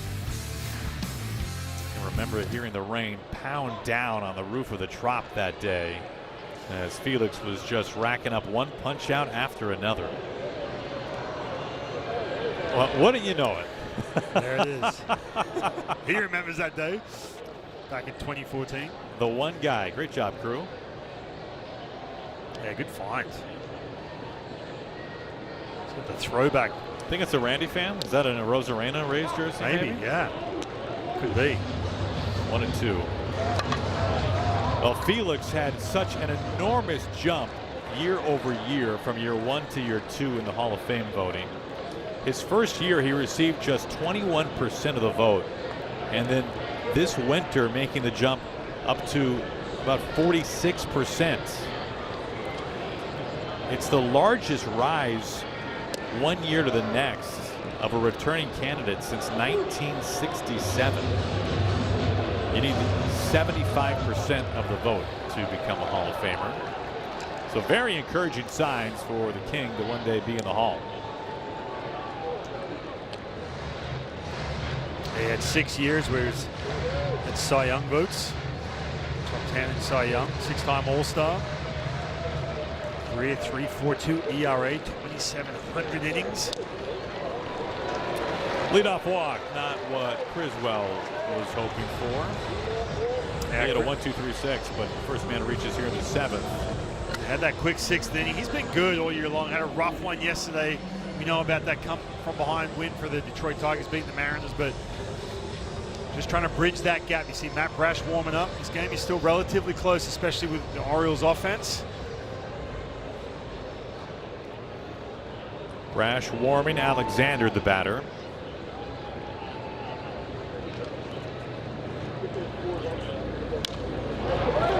Into right field for a base hit. A single and a walk. Tying run now is on deck for the Orioles. And here comes Pete. I see Pete Woodworth coming out. This is to do a couple things. You see Alexander being aggressive. So that's that ball into right field. But this does a couple things. Obviously, it gives the bullpen a little bit more time. Potentially left on left matchup. Jose Ferrer starting to get thrown, but also too just to give Criswell just a little bit of a breather right here. He goes out. You go out for that 6th inning, and you know you have to bridge the gap. You know Matt Brash is right behind you, but you want to get some quick outs. Now all of a sudden you're on the ropes. None out here in the 7th after a rough one yesterday. One thing the Orioles have been known for this year is the big inning. We're looking at innings scoring 5 runs or more. Only the Rockies and Pirates have done it more frequently than the Orioles, and not by much more. So the Mariners trying to avoid something along those lines here, or even close to it. Huff, bunting, and foul. You've got the top of the order next, and that means Taylor Ward, who last year hit over 30 homers and drove in 100. So Brash warming for Ward. Ward, a right-handed hitter. Something to keep in mind tonight. Both Mariners lefties have worked back-to-back games, Ferrer and Spire. I was just about to say too, one of them, Gabe Spire, coming off the IL. First time going back-to-back. Highly doubt he's available tonight. A weak comebacker. Criswell, a bare hand, and good play. And that situation right there, look, you got none out. Just get the out, right? You got a 4-run lead. You just want to slow down this momentum that the Orioles have. It's a tough play. This is where that game speeds up. You're waiting for that third baseman potentially to take you out, but that'll be it for Cooper Criswell. We've got a pitching change. Matt Brash ready to come on, face the top of the order. BoTV.com. A gorgeous night here in Baltimore, the Inner Harbor. Mariners beginning their 4-game series against the Baltimore Orioles. So the Mariners in front, but Baltimore threatening here in the last of the 7th, our Overlake Medical Center scoreboard. 5-1 M's, and here is Matt Brash to try to put out a fire. 2nd and 3rd, 1 away, protecting a 4-run lead. Yeah, big spot right here from Matt Brash. We saw him pitch in Detroit that one game with a couple quick ground balls and a walk. He's lost a little bit of that command the last couple of times out. You see the numbers, ridiculous ERA, 5.6. Look at that big strikeout with that fastball against Gleyber Torres. Get out of that 8th inning. Top of the order, Taylor Ward. Man, ducked, watch for cover. This finds the backstop, and a run scores. Mayo is in from 3rd. It's a 3-run game on a wild pitch on the first offering from Matt Brash. Well, that's what I'm talking about with that command. We've seen a little bit of this from Matt Brash the last couple of times out. Just trying to get a hold of this breaking ball. It's kind of slipping out of his hand. He's been trying to find that pitch. He had to rely heavily on the fastball that last time out. Get through that 8th inning in Detroit. And it drills him at 98. Brash, very wild.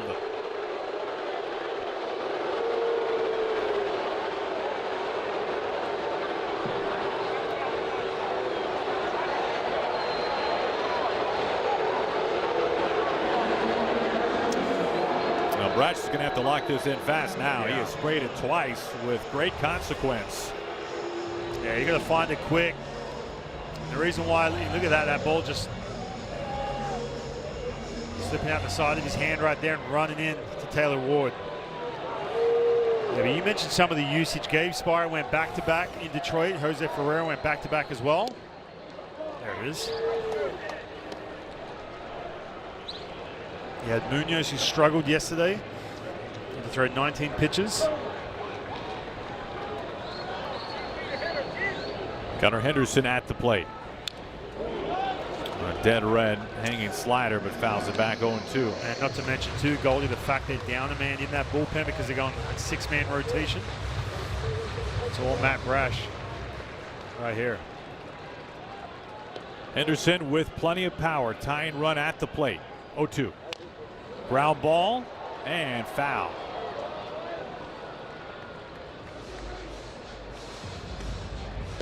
He's been a tough out tonight, Gunnar Henderson, especially with 2 strikes. Talked about that chase being an issue. Hasn't been the same amount of issue here early on in the month of June. He's got that chase rate down to around 18%. 0-2. Does not chase there. First and third for the Orioles, 1 out.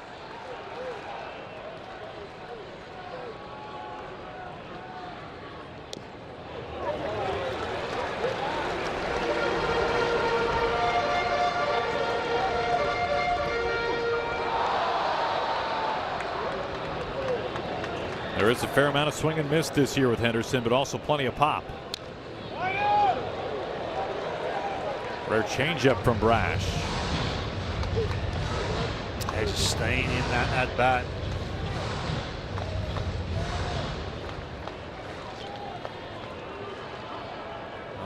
Is he nervous to throw the fastball? It's been sliders and changeups.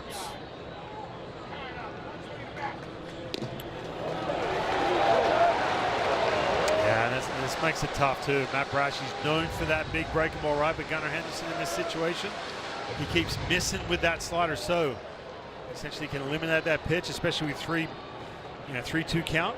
Well, he hasn't thrown a fastball since he drilled Ward. First 2 pitches were heaters.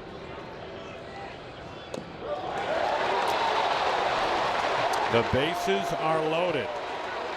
Ward to second. Henderson draws a walk. Yeah, if you're Matt Brash right now, again, we talked about this with Andres Munoz yesterday, you got to find something, a little mechanical cue, something. You got to dig deep right here and just land a breaking ball over the middle of the plate. It could change everything in this at bat. Alonso with the bases loaded. Well, there's the fastball, and it's up and in. That's where the other 2 went as well. Alonso for the second time tonight batting with the bases loaded. A sac fly earlier. Boy, it is not good for Matt Brash right now. That was the slider that almost drilled Alonso.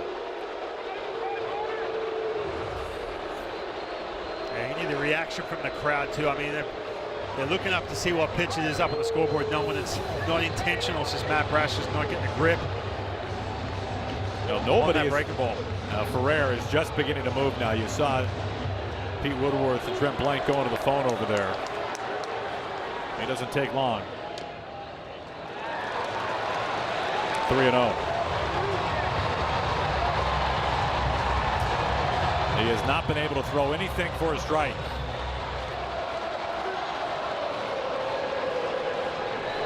Go ahead run at the plate. Boy, I can't believe he swung. I was just can't believe he swung at that. Right. Well, I was just thinking, look, Pete Alonso, you give him the benefit of the doubt, right? They're getting the green light 3-0, thinking he's going to get a fastball straight down the middle, but that pitch is not something you're swinging at right there, 3-0. Wow. Up and away, 98. Brash trying to lock it back in. It's a full count. Yeah, let him come up for air for just a second. You got to take advantage of this. And the tough part is, look, Pete Alonso has struggled with breaking balls this year. But for Matt Brash, if you're going to throw, you better be very sure that you can land that pitch. Yeah, he's trying to throw anything he can land for a strike. Bases loaded, 1 out. 3-2. It is ball 4. Very close. Paredes challenging. You can understand why it's worth a flyer here. Does it scrape the top of the zone?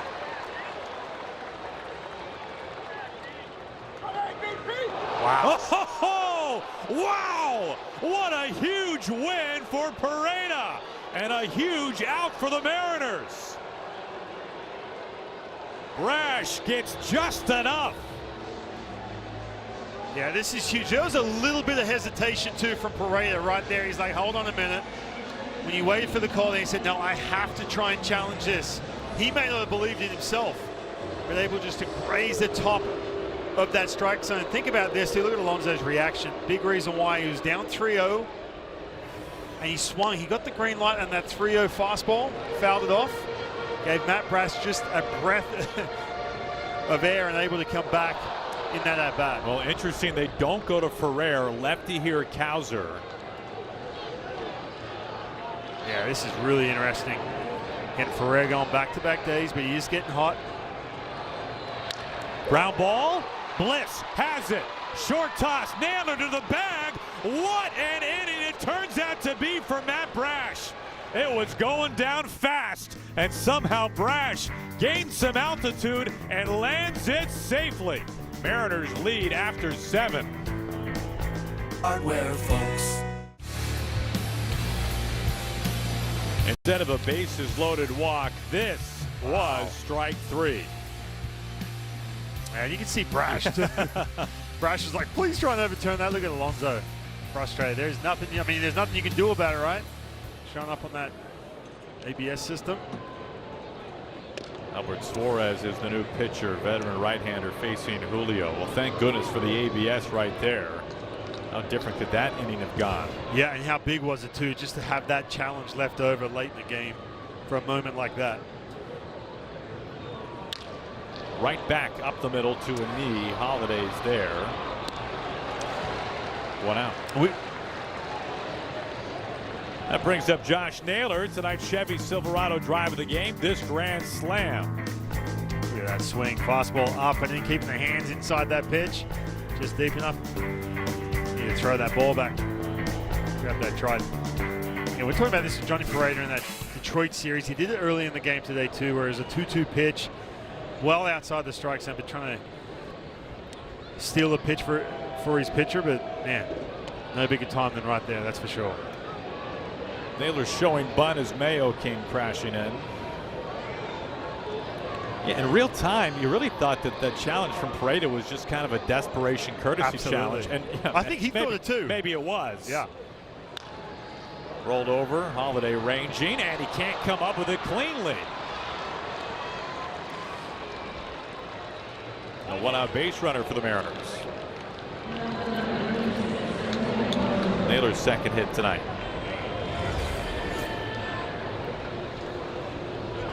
See Jackson Holiday again, just coming off the IL not long ago. In there at second base, knocking that ball down.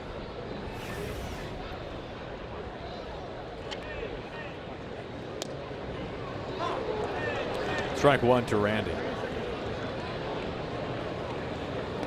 You know what that play just made me think of? What? What's that? I had no idea, as Naylor needs to lace up, it looks like over there. When I got into broadcasting and was in the minor leagues, I had no idea that part of the job of a minor league broadcaster is to field the phone calls the second the game is over with from the coaching staff. This ball gets away and gives Naylor second base, complaining about hits and errors that go against their team. Hang on, you doing the broadcast? I didn't know, because I know about the calls afterwards, because players go to the coach and say, hey man, you got to get that overturned. Okay, so that's shave that ERA off. So that's what you did. Oh right? yeah, right. I did it. Yeah. So then the coach says, well, who's our rum-dum broadcaster? Oh, it's Goldie. He looks like he's packing up to go home. Of course, it's the official scorekeeper who's getting paid with a ballpark box of nachos and a gas card, who's making the decision. I thought he was getting the calls though, but it's the broadcaster has to take the. So what? So what? Then you have to go relay to the guy who just ate the nachos. Is it because you're supposed to be on the team side to say, hey, look, you need to overturn that? Well, like, are you going to bat for them, or is it why are you getting the calls? This will because they had my number and not his. Okay. When you boil it down, it's pretty simple. I had no sway in the matter. And the official scorekeeper, they didn't have his number, so they couldn't do anything about it if he didn't like it. Seeing I single right-sided through. Naylor's being waved in. Tavares coming home with the throw. It's up the line. Naylor tiptoes across. That's a big run for the Mariners in the 8th inning. 6-2 Mariners. Third hit tonight from Arozarena. Now, once again, Randy Arozarena in the thick of it, wearing out right field once again. Yeah, but you said that is a huge run for the Mariners, getting that number 6. Man, the Orioles, man, they've been limited. You showed that big inning graphic, 5+, but man, see what they're willing to do. But look at Randy just wearing out right field once again. Another RBI. I was with the Cubs in AAA, and I'll never forget, ball hit down to third base, runners on. Should have made the play. I mean, it's an error all the way. They gave it a hit. I then proceeded to give up like 6 runs. I remember I got a text message from Mike Mason. Shout out to my pitching coach, Mike Mason. He said, "Hey man, I got you. I'm going to make a call."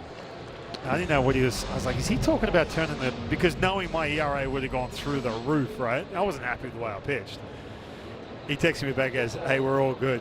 And I checked, I went on Baseball Reference, and my ERA had just shaved off, I swear, like 3 points. Well, shout out to Mike Mason making the call too. Yeah, so Mike would have made the voice to the call to the voice of the Iowa Cubs. Cubs. This was before the emoji. I would have given him a little fist bump emoji. But stuff counts, man. Especially when you're a free agent, a minor league free agent going into the offseason. When they look at that ERA, like, hold on a minute.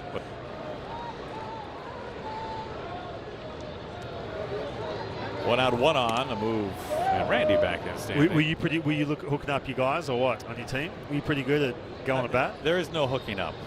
That sounded bad. There is no, I can't do anything. I just call and I tell the scorekeeper, hey, Hyphen's upset. Yeah, but you got to ride the bus with that team too. If you're not turning these calls over these plays over, hits errors. You're giving me some real nightmares here. This is exactly what I went through. Yeah, I bet. Jumping on the bus after the game. Yeah, I can't do anything.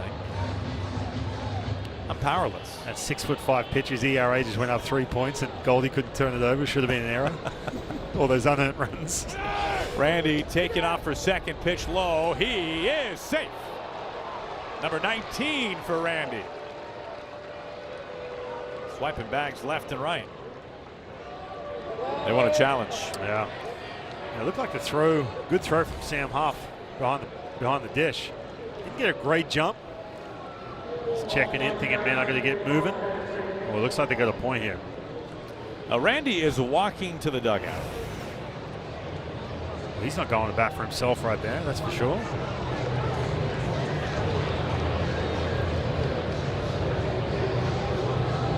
Sam Huff, former Ranger for a brief time behind home plate.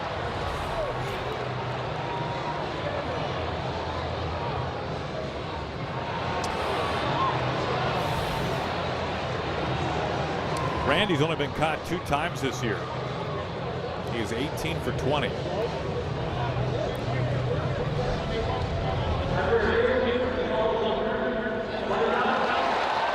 Yeah, Randy knew it right away.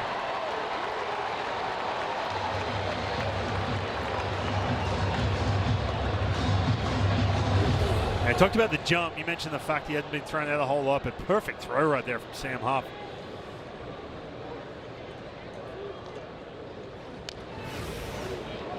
Still 2 balls and 2 strikes to Luke Raley.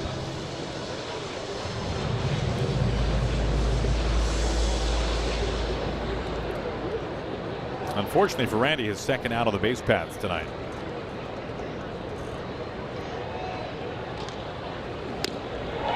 Raley strikes out. The Mariners do grab a run, however, in this 8th. RBI base hit from Arozarena, and the Mariners take the lead on Mariners TV, powered by Major League Baseball.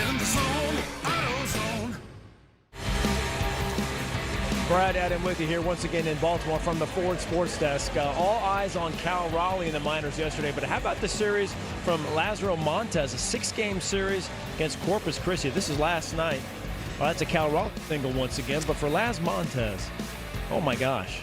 6 games, he hit 400, 5 home runs, 5 of his 10 hits home runs, 10 RBI, 9 runs, slugged over 1,000. He's had a couple of these 6-game series that Laz is just really impressive again. The power stroke certainly plays there in Double-A Arkansas. Well, it's a tough ballpark to homer in, and maybe Corpus Christi a little more friendly in that regard, but Laz, a top 100 prospect for the 3rd straight year, nearly a top 50 prospect in the game. I mean, they've got to be in first place, right? That AA team. Kate Anderson hasn't given up a run yet. You got Ryan Sloan dealing. There's Montez. Fellow Aussie Rich Thompson is managing that team. Oh, good buddy of mine. Doing a fantastic job. He must be having a blast. Surprised Rich didn't text you today and tell you where they were in the standings. Got a challenge here from Tavares.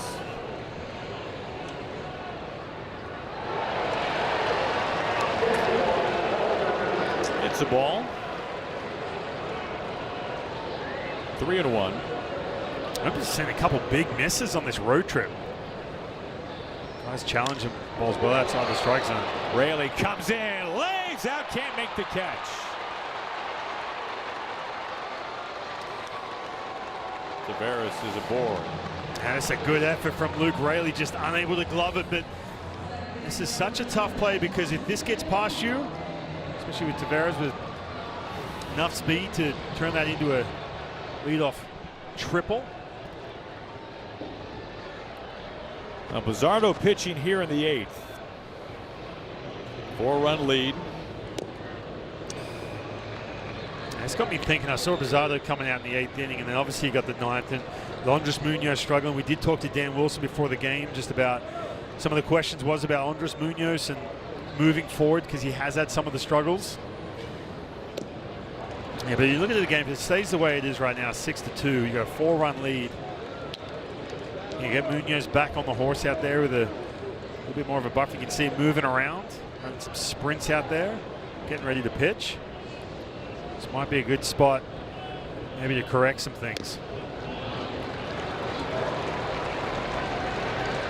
If you were him, would you want the ability to get right back on the mound tonight? 100%. Yeah, I mean, I think him too. Talking to him about, and then Bizzardo too, with watching him on the mound. Having a chance to talk to both those guys, just getting those constant reps helps out so much with that command. And the biggest thing is with Munoz, it's the mental thing, it's the command. You get a 4-run lead, just try and simplify everything. Just get that feel back. Taking all the way a strike. That was borderline up and away. 3-1. Back-to-back 3-ball counts for the Bizzardo to begin his night. Not what he was hoping for.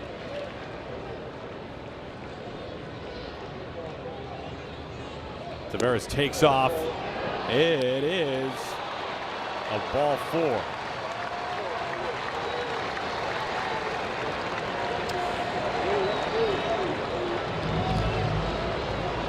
Yeah, Paredes really trying to load up on that throw. Tavares got a really good jump. Really no chance.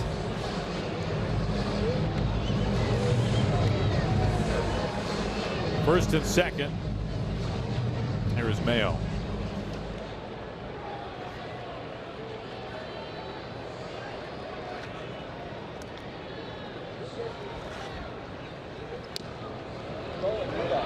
Well, this has not been the best strike throwing night for the Mariners bullpen.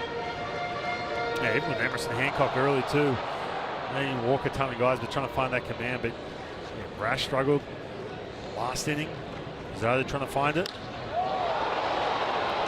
Julio on his way back. Gets underneath this. Mayo flies to center. Both runners advancing. And Bliss playing second safe. A great hustle by Bliss. He's saying, I don't know, maybe. Mariners will certainly take a look at it. As of now, it's 1 out in second and third.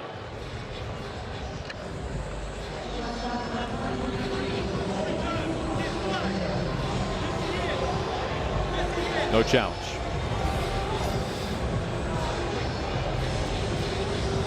Yeah, you see Julio just trying to get that lead, that trail runner right there. Nice job to get back to that bag.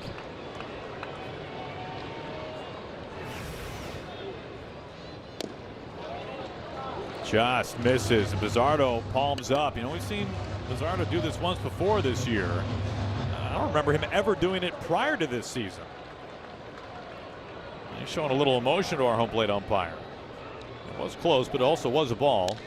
Line past Wisdom into left field. Tavares is on his way home. Holiday is held as Randy gets to it quickly. It was shot to him at nearly 110. That actually helps in this case. It's a 3-run game.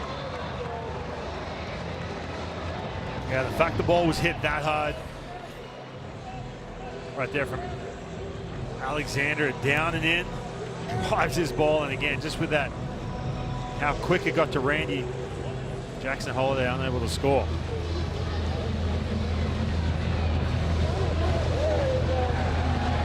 Now they are going to their bench and they're calling on a guy that everybody wanted to see.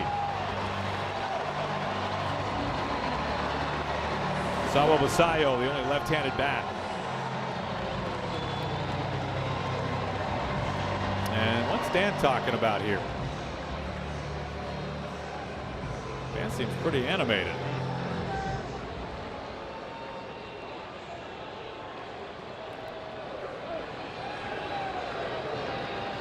I am not sure what that was about.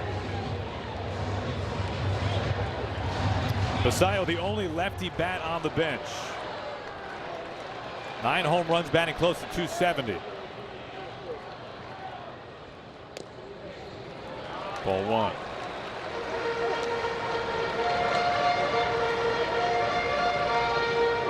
Yeah, Basayo's been in and out, dealing with some injuries this year, some little minor things keeping him out of the lineup.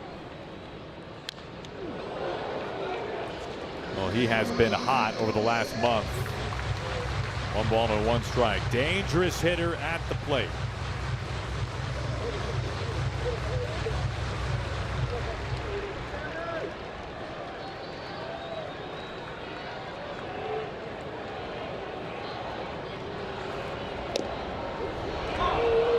Gets the call.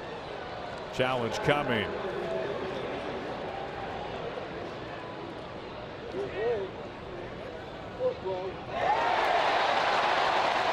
Clearly a ball.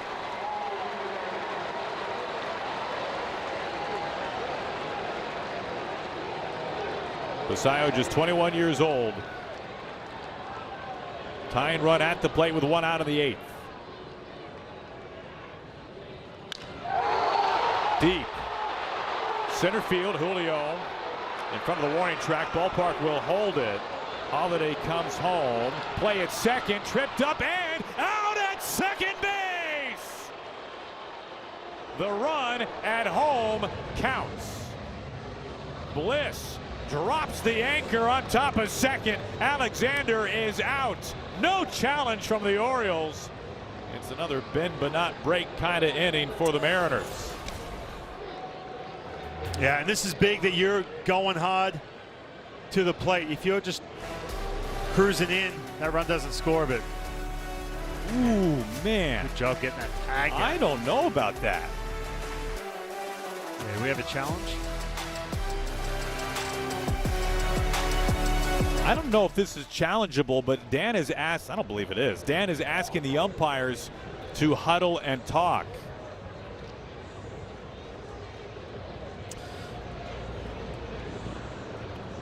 Tremendous throw from Julio. Here we go from the umpires.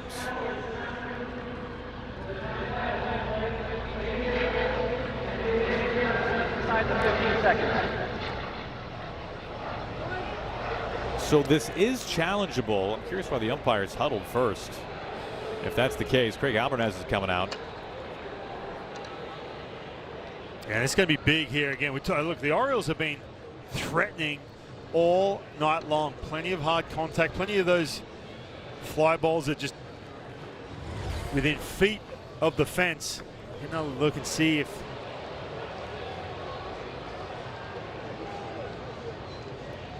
that tag got down before the run crosses. Well, it very well could have. It obviously is tough with as far away as second base is. I don't know if they can, in New York, if they can time sync this. That's exactly what they'll do. They'll split the 2 images up, the 2 video files up, and time sync them and have a better look at it. But that looks like he very well could have gotten him before the run crossed.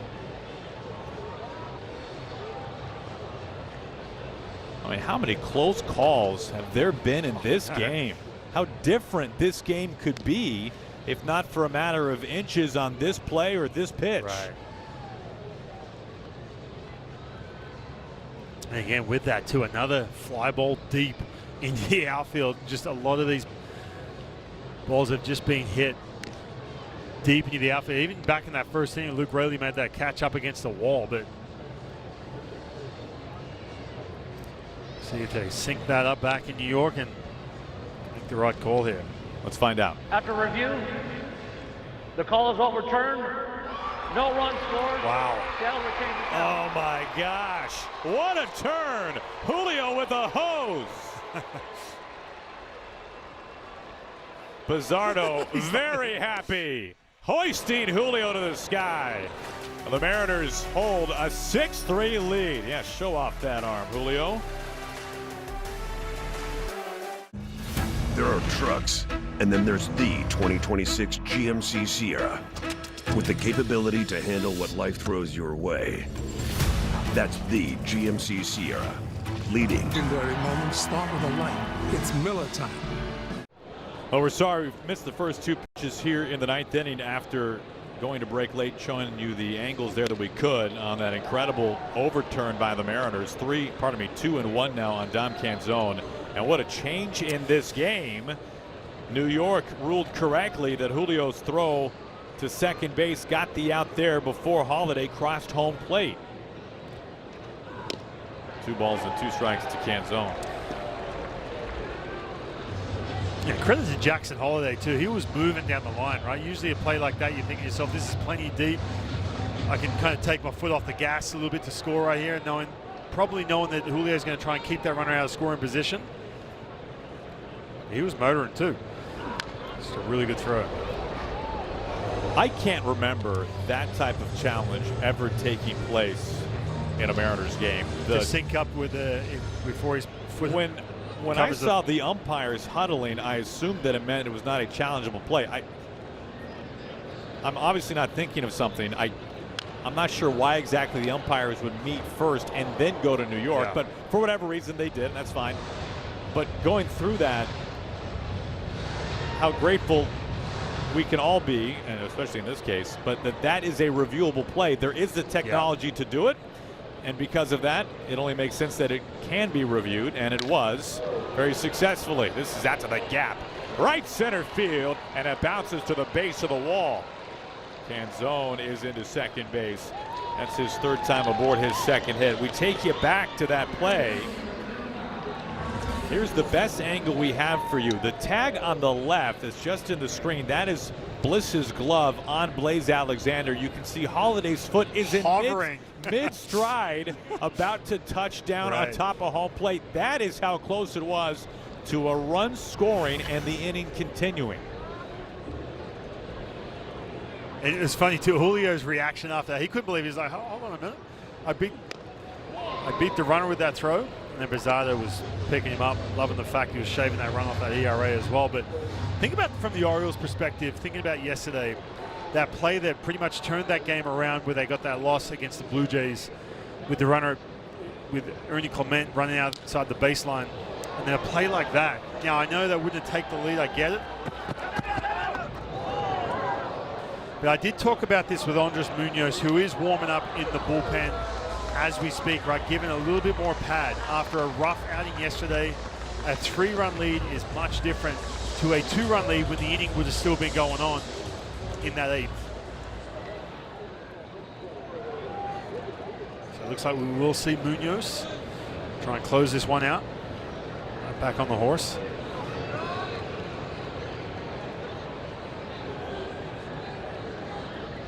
Oh, 2.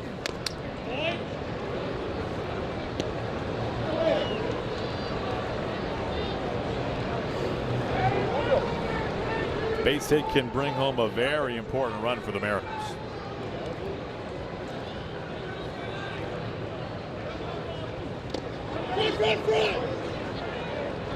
Two and 2. What else tonight from the Orioles' perspective? You were a fraction of an inch away from a bases loaded walk to Pete Alonso that instead was strike 3. Right, and who knows what would have happened in that inning as well. Man, with Brash didn't have that command. Wisdom strikes out, one away. And Goldie, you know it too, man. When you don't have that feel, right? Like we talked about Munoz yesterday in the 9th inning, Matt Brash tonight. When you don't have that feel for that, especially that plus pitch, that wipeout slider, he didn't have it. He finally found some pitches later on, but when you don't have it and you're able to get through an inning, man, you can anchor on that so hard the next couple of days. Pareda cracks this deep out towards right center. Pareda is there. 2 outs.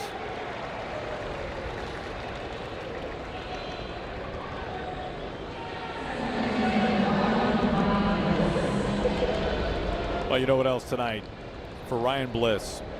He had the sac fly to tie the game in the 5th, just recalled today, and then able to drop that tag just in the nick of time. Yes. Man, it's got to feel great. You get called up and you're able to contribute right away. For sure.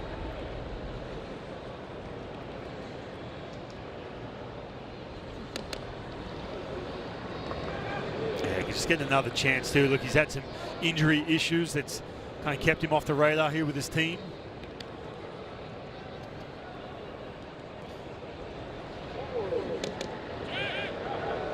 He does not go. Tonight, Bliss playing in just his 2nd game this year with the Mariners. Only 11 games last year after the injury, the bicep injury early in the year. And then needing a knee procedure at the very end of the season that he suffered on rehab assignment.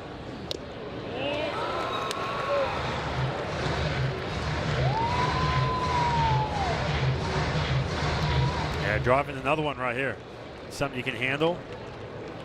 Had that right center gap like he has a couple times tonight. Three balls and a strike.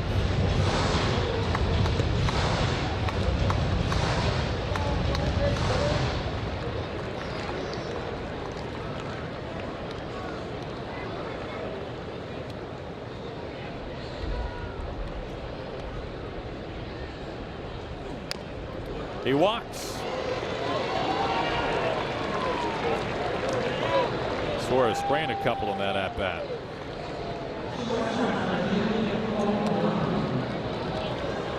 Here comes Cole Young. Base hit earlier tonight, now an 11-game hit streak. Nobody warming inside the Orioles bullpen.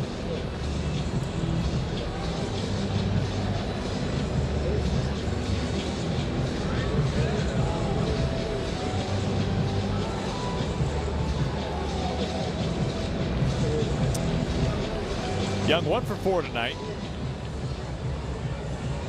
J.P. Crawford today landing on the injured list after being hit in the hand Friday night in Detroit with a 96-mile-an-hour fastball.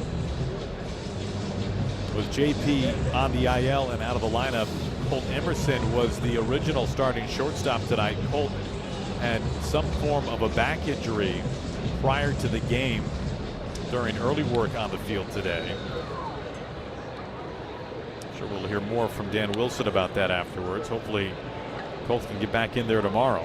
So Cole Young, who had all of 2 innings at shortstop in the major leagues, getting his first start in the bigs at short. He was drafted as a shortstop, played plenty there in the minors, as you can see. The biggest question with him, he's left and right. He's shown that at second base. The arm strength, obviously it's a different situation being on that side of the infield. Yeah, good to see him having a good start to the month of June too. Hit under 200 in May, cooled off a ton. That's one of those things, second year in the big leagues, you're going to go through it. You're going to cool off a little bit, but can you pick it back up? And he's certainly doing that in June. 333 in the month of June. He gets ahead 2-1 here. Bliss, good speed at first base, can zone the runner at second.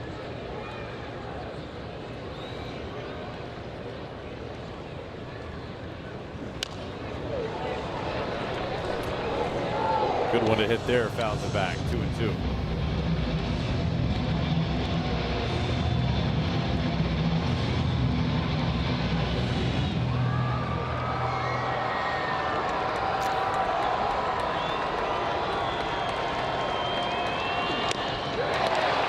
We march on to the bottom of the 9th inning. A chance for a bounce back for Andres Munoz. It's a 3-run lead, and the Orioles down to their final 3 outs. Just to win $75K. Welcome to Jock in the Box. Tonight, the first of 4 in Baltimore. The series continues tomorrow. We're on the air at 3:30 Pacific time. Same story Wednesday. Make note on the 11th, Thursday, final game here in the Charm City. That is on ESPN, nationally televised. There's no Mariners TV broadcast that day. We'll be with you again on Friday from our nation's capital. Andres Munoz is on the mound. He's got the top of the order, a 3-run lead. And trying to put yesterday behind him. Yeah, and this is a tough assignment for Andres Munoz for a couple reasons. Number one, coming off that heartbreaker yesterday in the 9th inning, that walk-off against Detroit. And also, too, this Orioles lineup. They do not chase. Really good plate discipline. The thing about Andres Munoz, it's been the command when he has struggled. So, already down here 2-0. Needs to find a way to get back inside the strike zone. Well, this guy especially doesn't chase, and Pareda challenging this, and a good challenge at that. This should change the count. At the knees, a strike. Woo. So instead of 3-0, 2-1. Yeah, that's huge for Mooney right there too. Again, just from staying inside the count, his confidence. You go down 3-0, you're thinking, here we go again. Let's get over that hump. Fly ball. Julio calling for this. 1 down. If you go back to yesterday for Munoz, Hyphen, 15 of the 19 pitches he threw were fastballs. It was one of the best fastballs in terms of velocity we've seen from him, but he could not locate it. We saw plenty of sliders in that at-bat. Are you expecting fewer fastballs, more sliders tonight? I think, and look, I said this yesterday during the game, it was straight heaters because he didn't have any feel whatsoever. He even tried throwing a couple sliders just to kind of recalibrate. Now, if he can do that, which he's done here, I say this all the time, the first handful of pitches, he's 5 pitches in. If he can land that slider, man, he is in really good shape. You mentioned the fact he got that quick out yesterday. He was unable to find it. But he only threw 4 sliders. But right. But I'm saying is, in the first at-bat he had, it was a 2-pitch at-bat.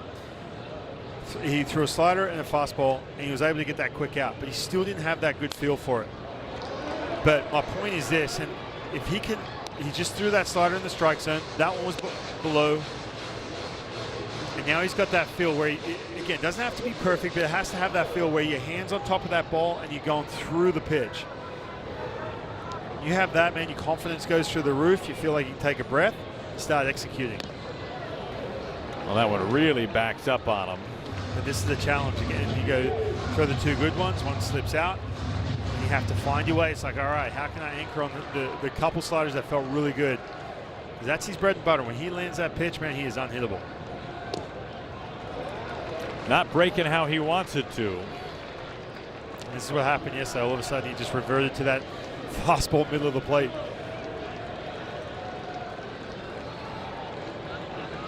Has not thrown Henderson a fastball yet. And he sprays that 100-mile-an-hour heater. It's a 1-out walk. Henderson walks for the 3rd time. He's aboard for the 4th time overall. I said this about Matt Brash, but even more so for Andres Munoz. You need to dig deep. Just find something. Just get in the middle of the plate. You got a 3-run lead. We'll challenge Pete Alonso in this situation. Backdoor slider, pardon me, back up slider, lands for a strike. The Mariners have been playing with fire tonight with Pete Alonso. He's twice batted with the bases loaded. And the best he has done is a sac fly. He struck out on an ABS challenge, challenged by Pareda with the bases loaded, facing Brash in the 7th.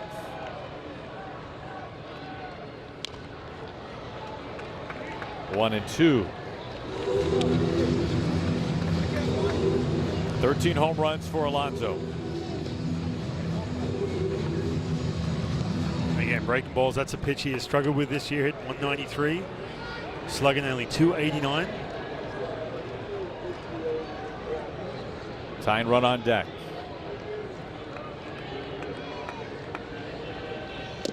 He got him. Slider perfectly executed this time. And he sends Alonso back to the dugout. 2 outs. Now this is huge for so many reasons. First of all, getting Pete Alonso out. Getting a second out in this inning. But more so for Andres Munoz for now and for the next, especially in these next couple of weeks. Just to get that good feeling back. To be able to execute that slider. There's a strike. They give Hunt Henderson second base. Colton Cowser, last hope tonight for the Orioles, left-hand hitting outfielder.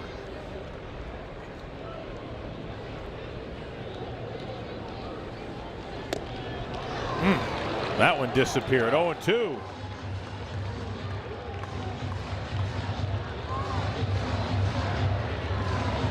Back-to-back sliders to Cowser.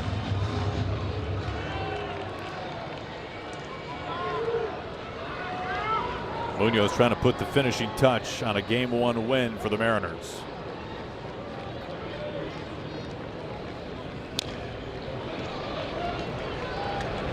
He's found it now, it looks like. Yeah, sure has.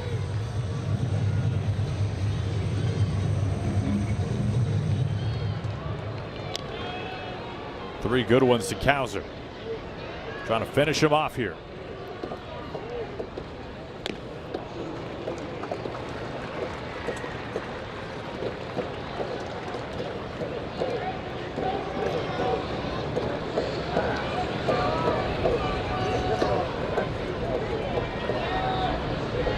One-two. Changeup. Has not thrown him a fastball yet.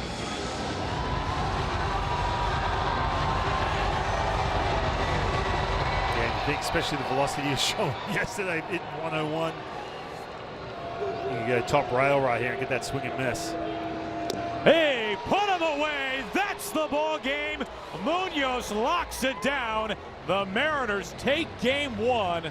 A wild one. 6-3 the final.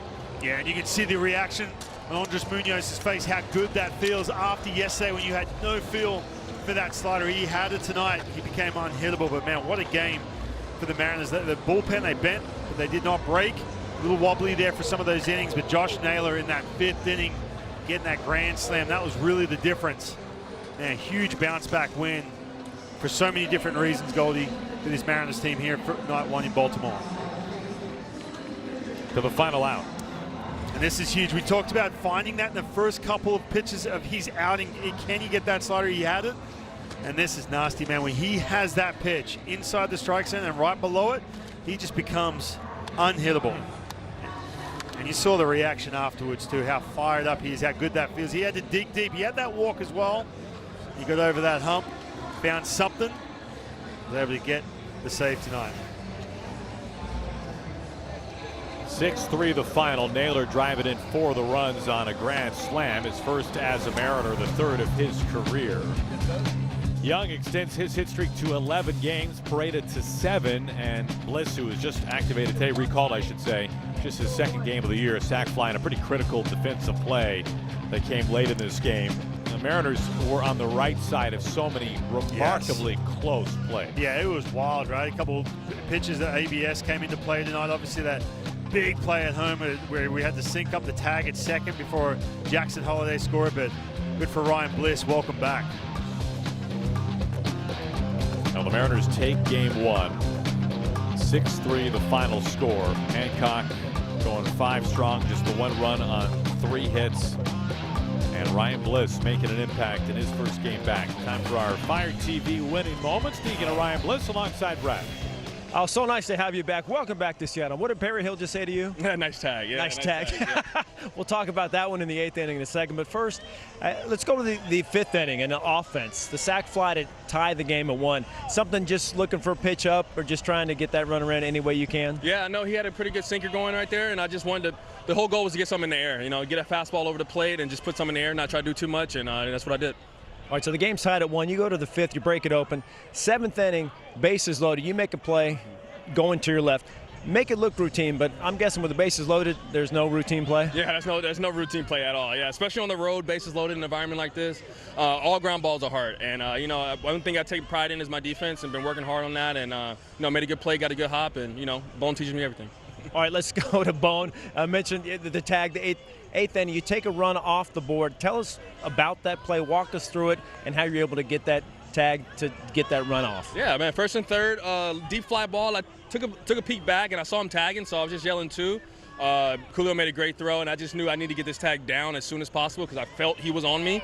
Put a tag down, great tag, and saved a run. So, yeah, I'm obviously, you had no idea that Holiday didn't score. So during the challenge, you're kind of hoping, looking around, seeing what's going on? Yeah, and he called him out, and they went to challenge. I thought that for some reason they called him safe, but seeing that they overturned the call at home, it makes it even better play, so I'm happy about that. All right, tell us about the last 48, maybe 24 hours for you. A lot has gone on for you in the last couple of days. Yeah, it has. Had to catch a flight out here in Sac, red eye. My bags never made it. They got stuck in Denver somewhere, so it's been a crazy 24, 48 hours, but I'll do it all over again to be out here and help this team win. Well, hopefully the bag will show up. You did, your game did. We're happy to see that. And you know what? We're about the same size. You need to borrow a hoodie or some jeans, let me know. I got you, yeah. Maybe shoe size. I'm a 10. How about you? 10. Look at us. Look at us. Look at yeah. We're sharing clothes. I like this. We appreciate you. Thank you, Ryan. Thank you. All right. How about that? Ryan Bliss and I, we can share clothes. We can go shopping together on off days. It's going to be a lot of fun. Great to have him up. Great to have him win in game one of this 4-game set. And how about Josh Naylor breaking this one open with the grand slam just over the wall to right field.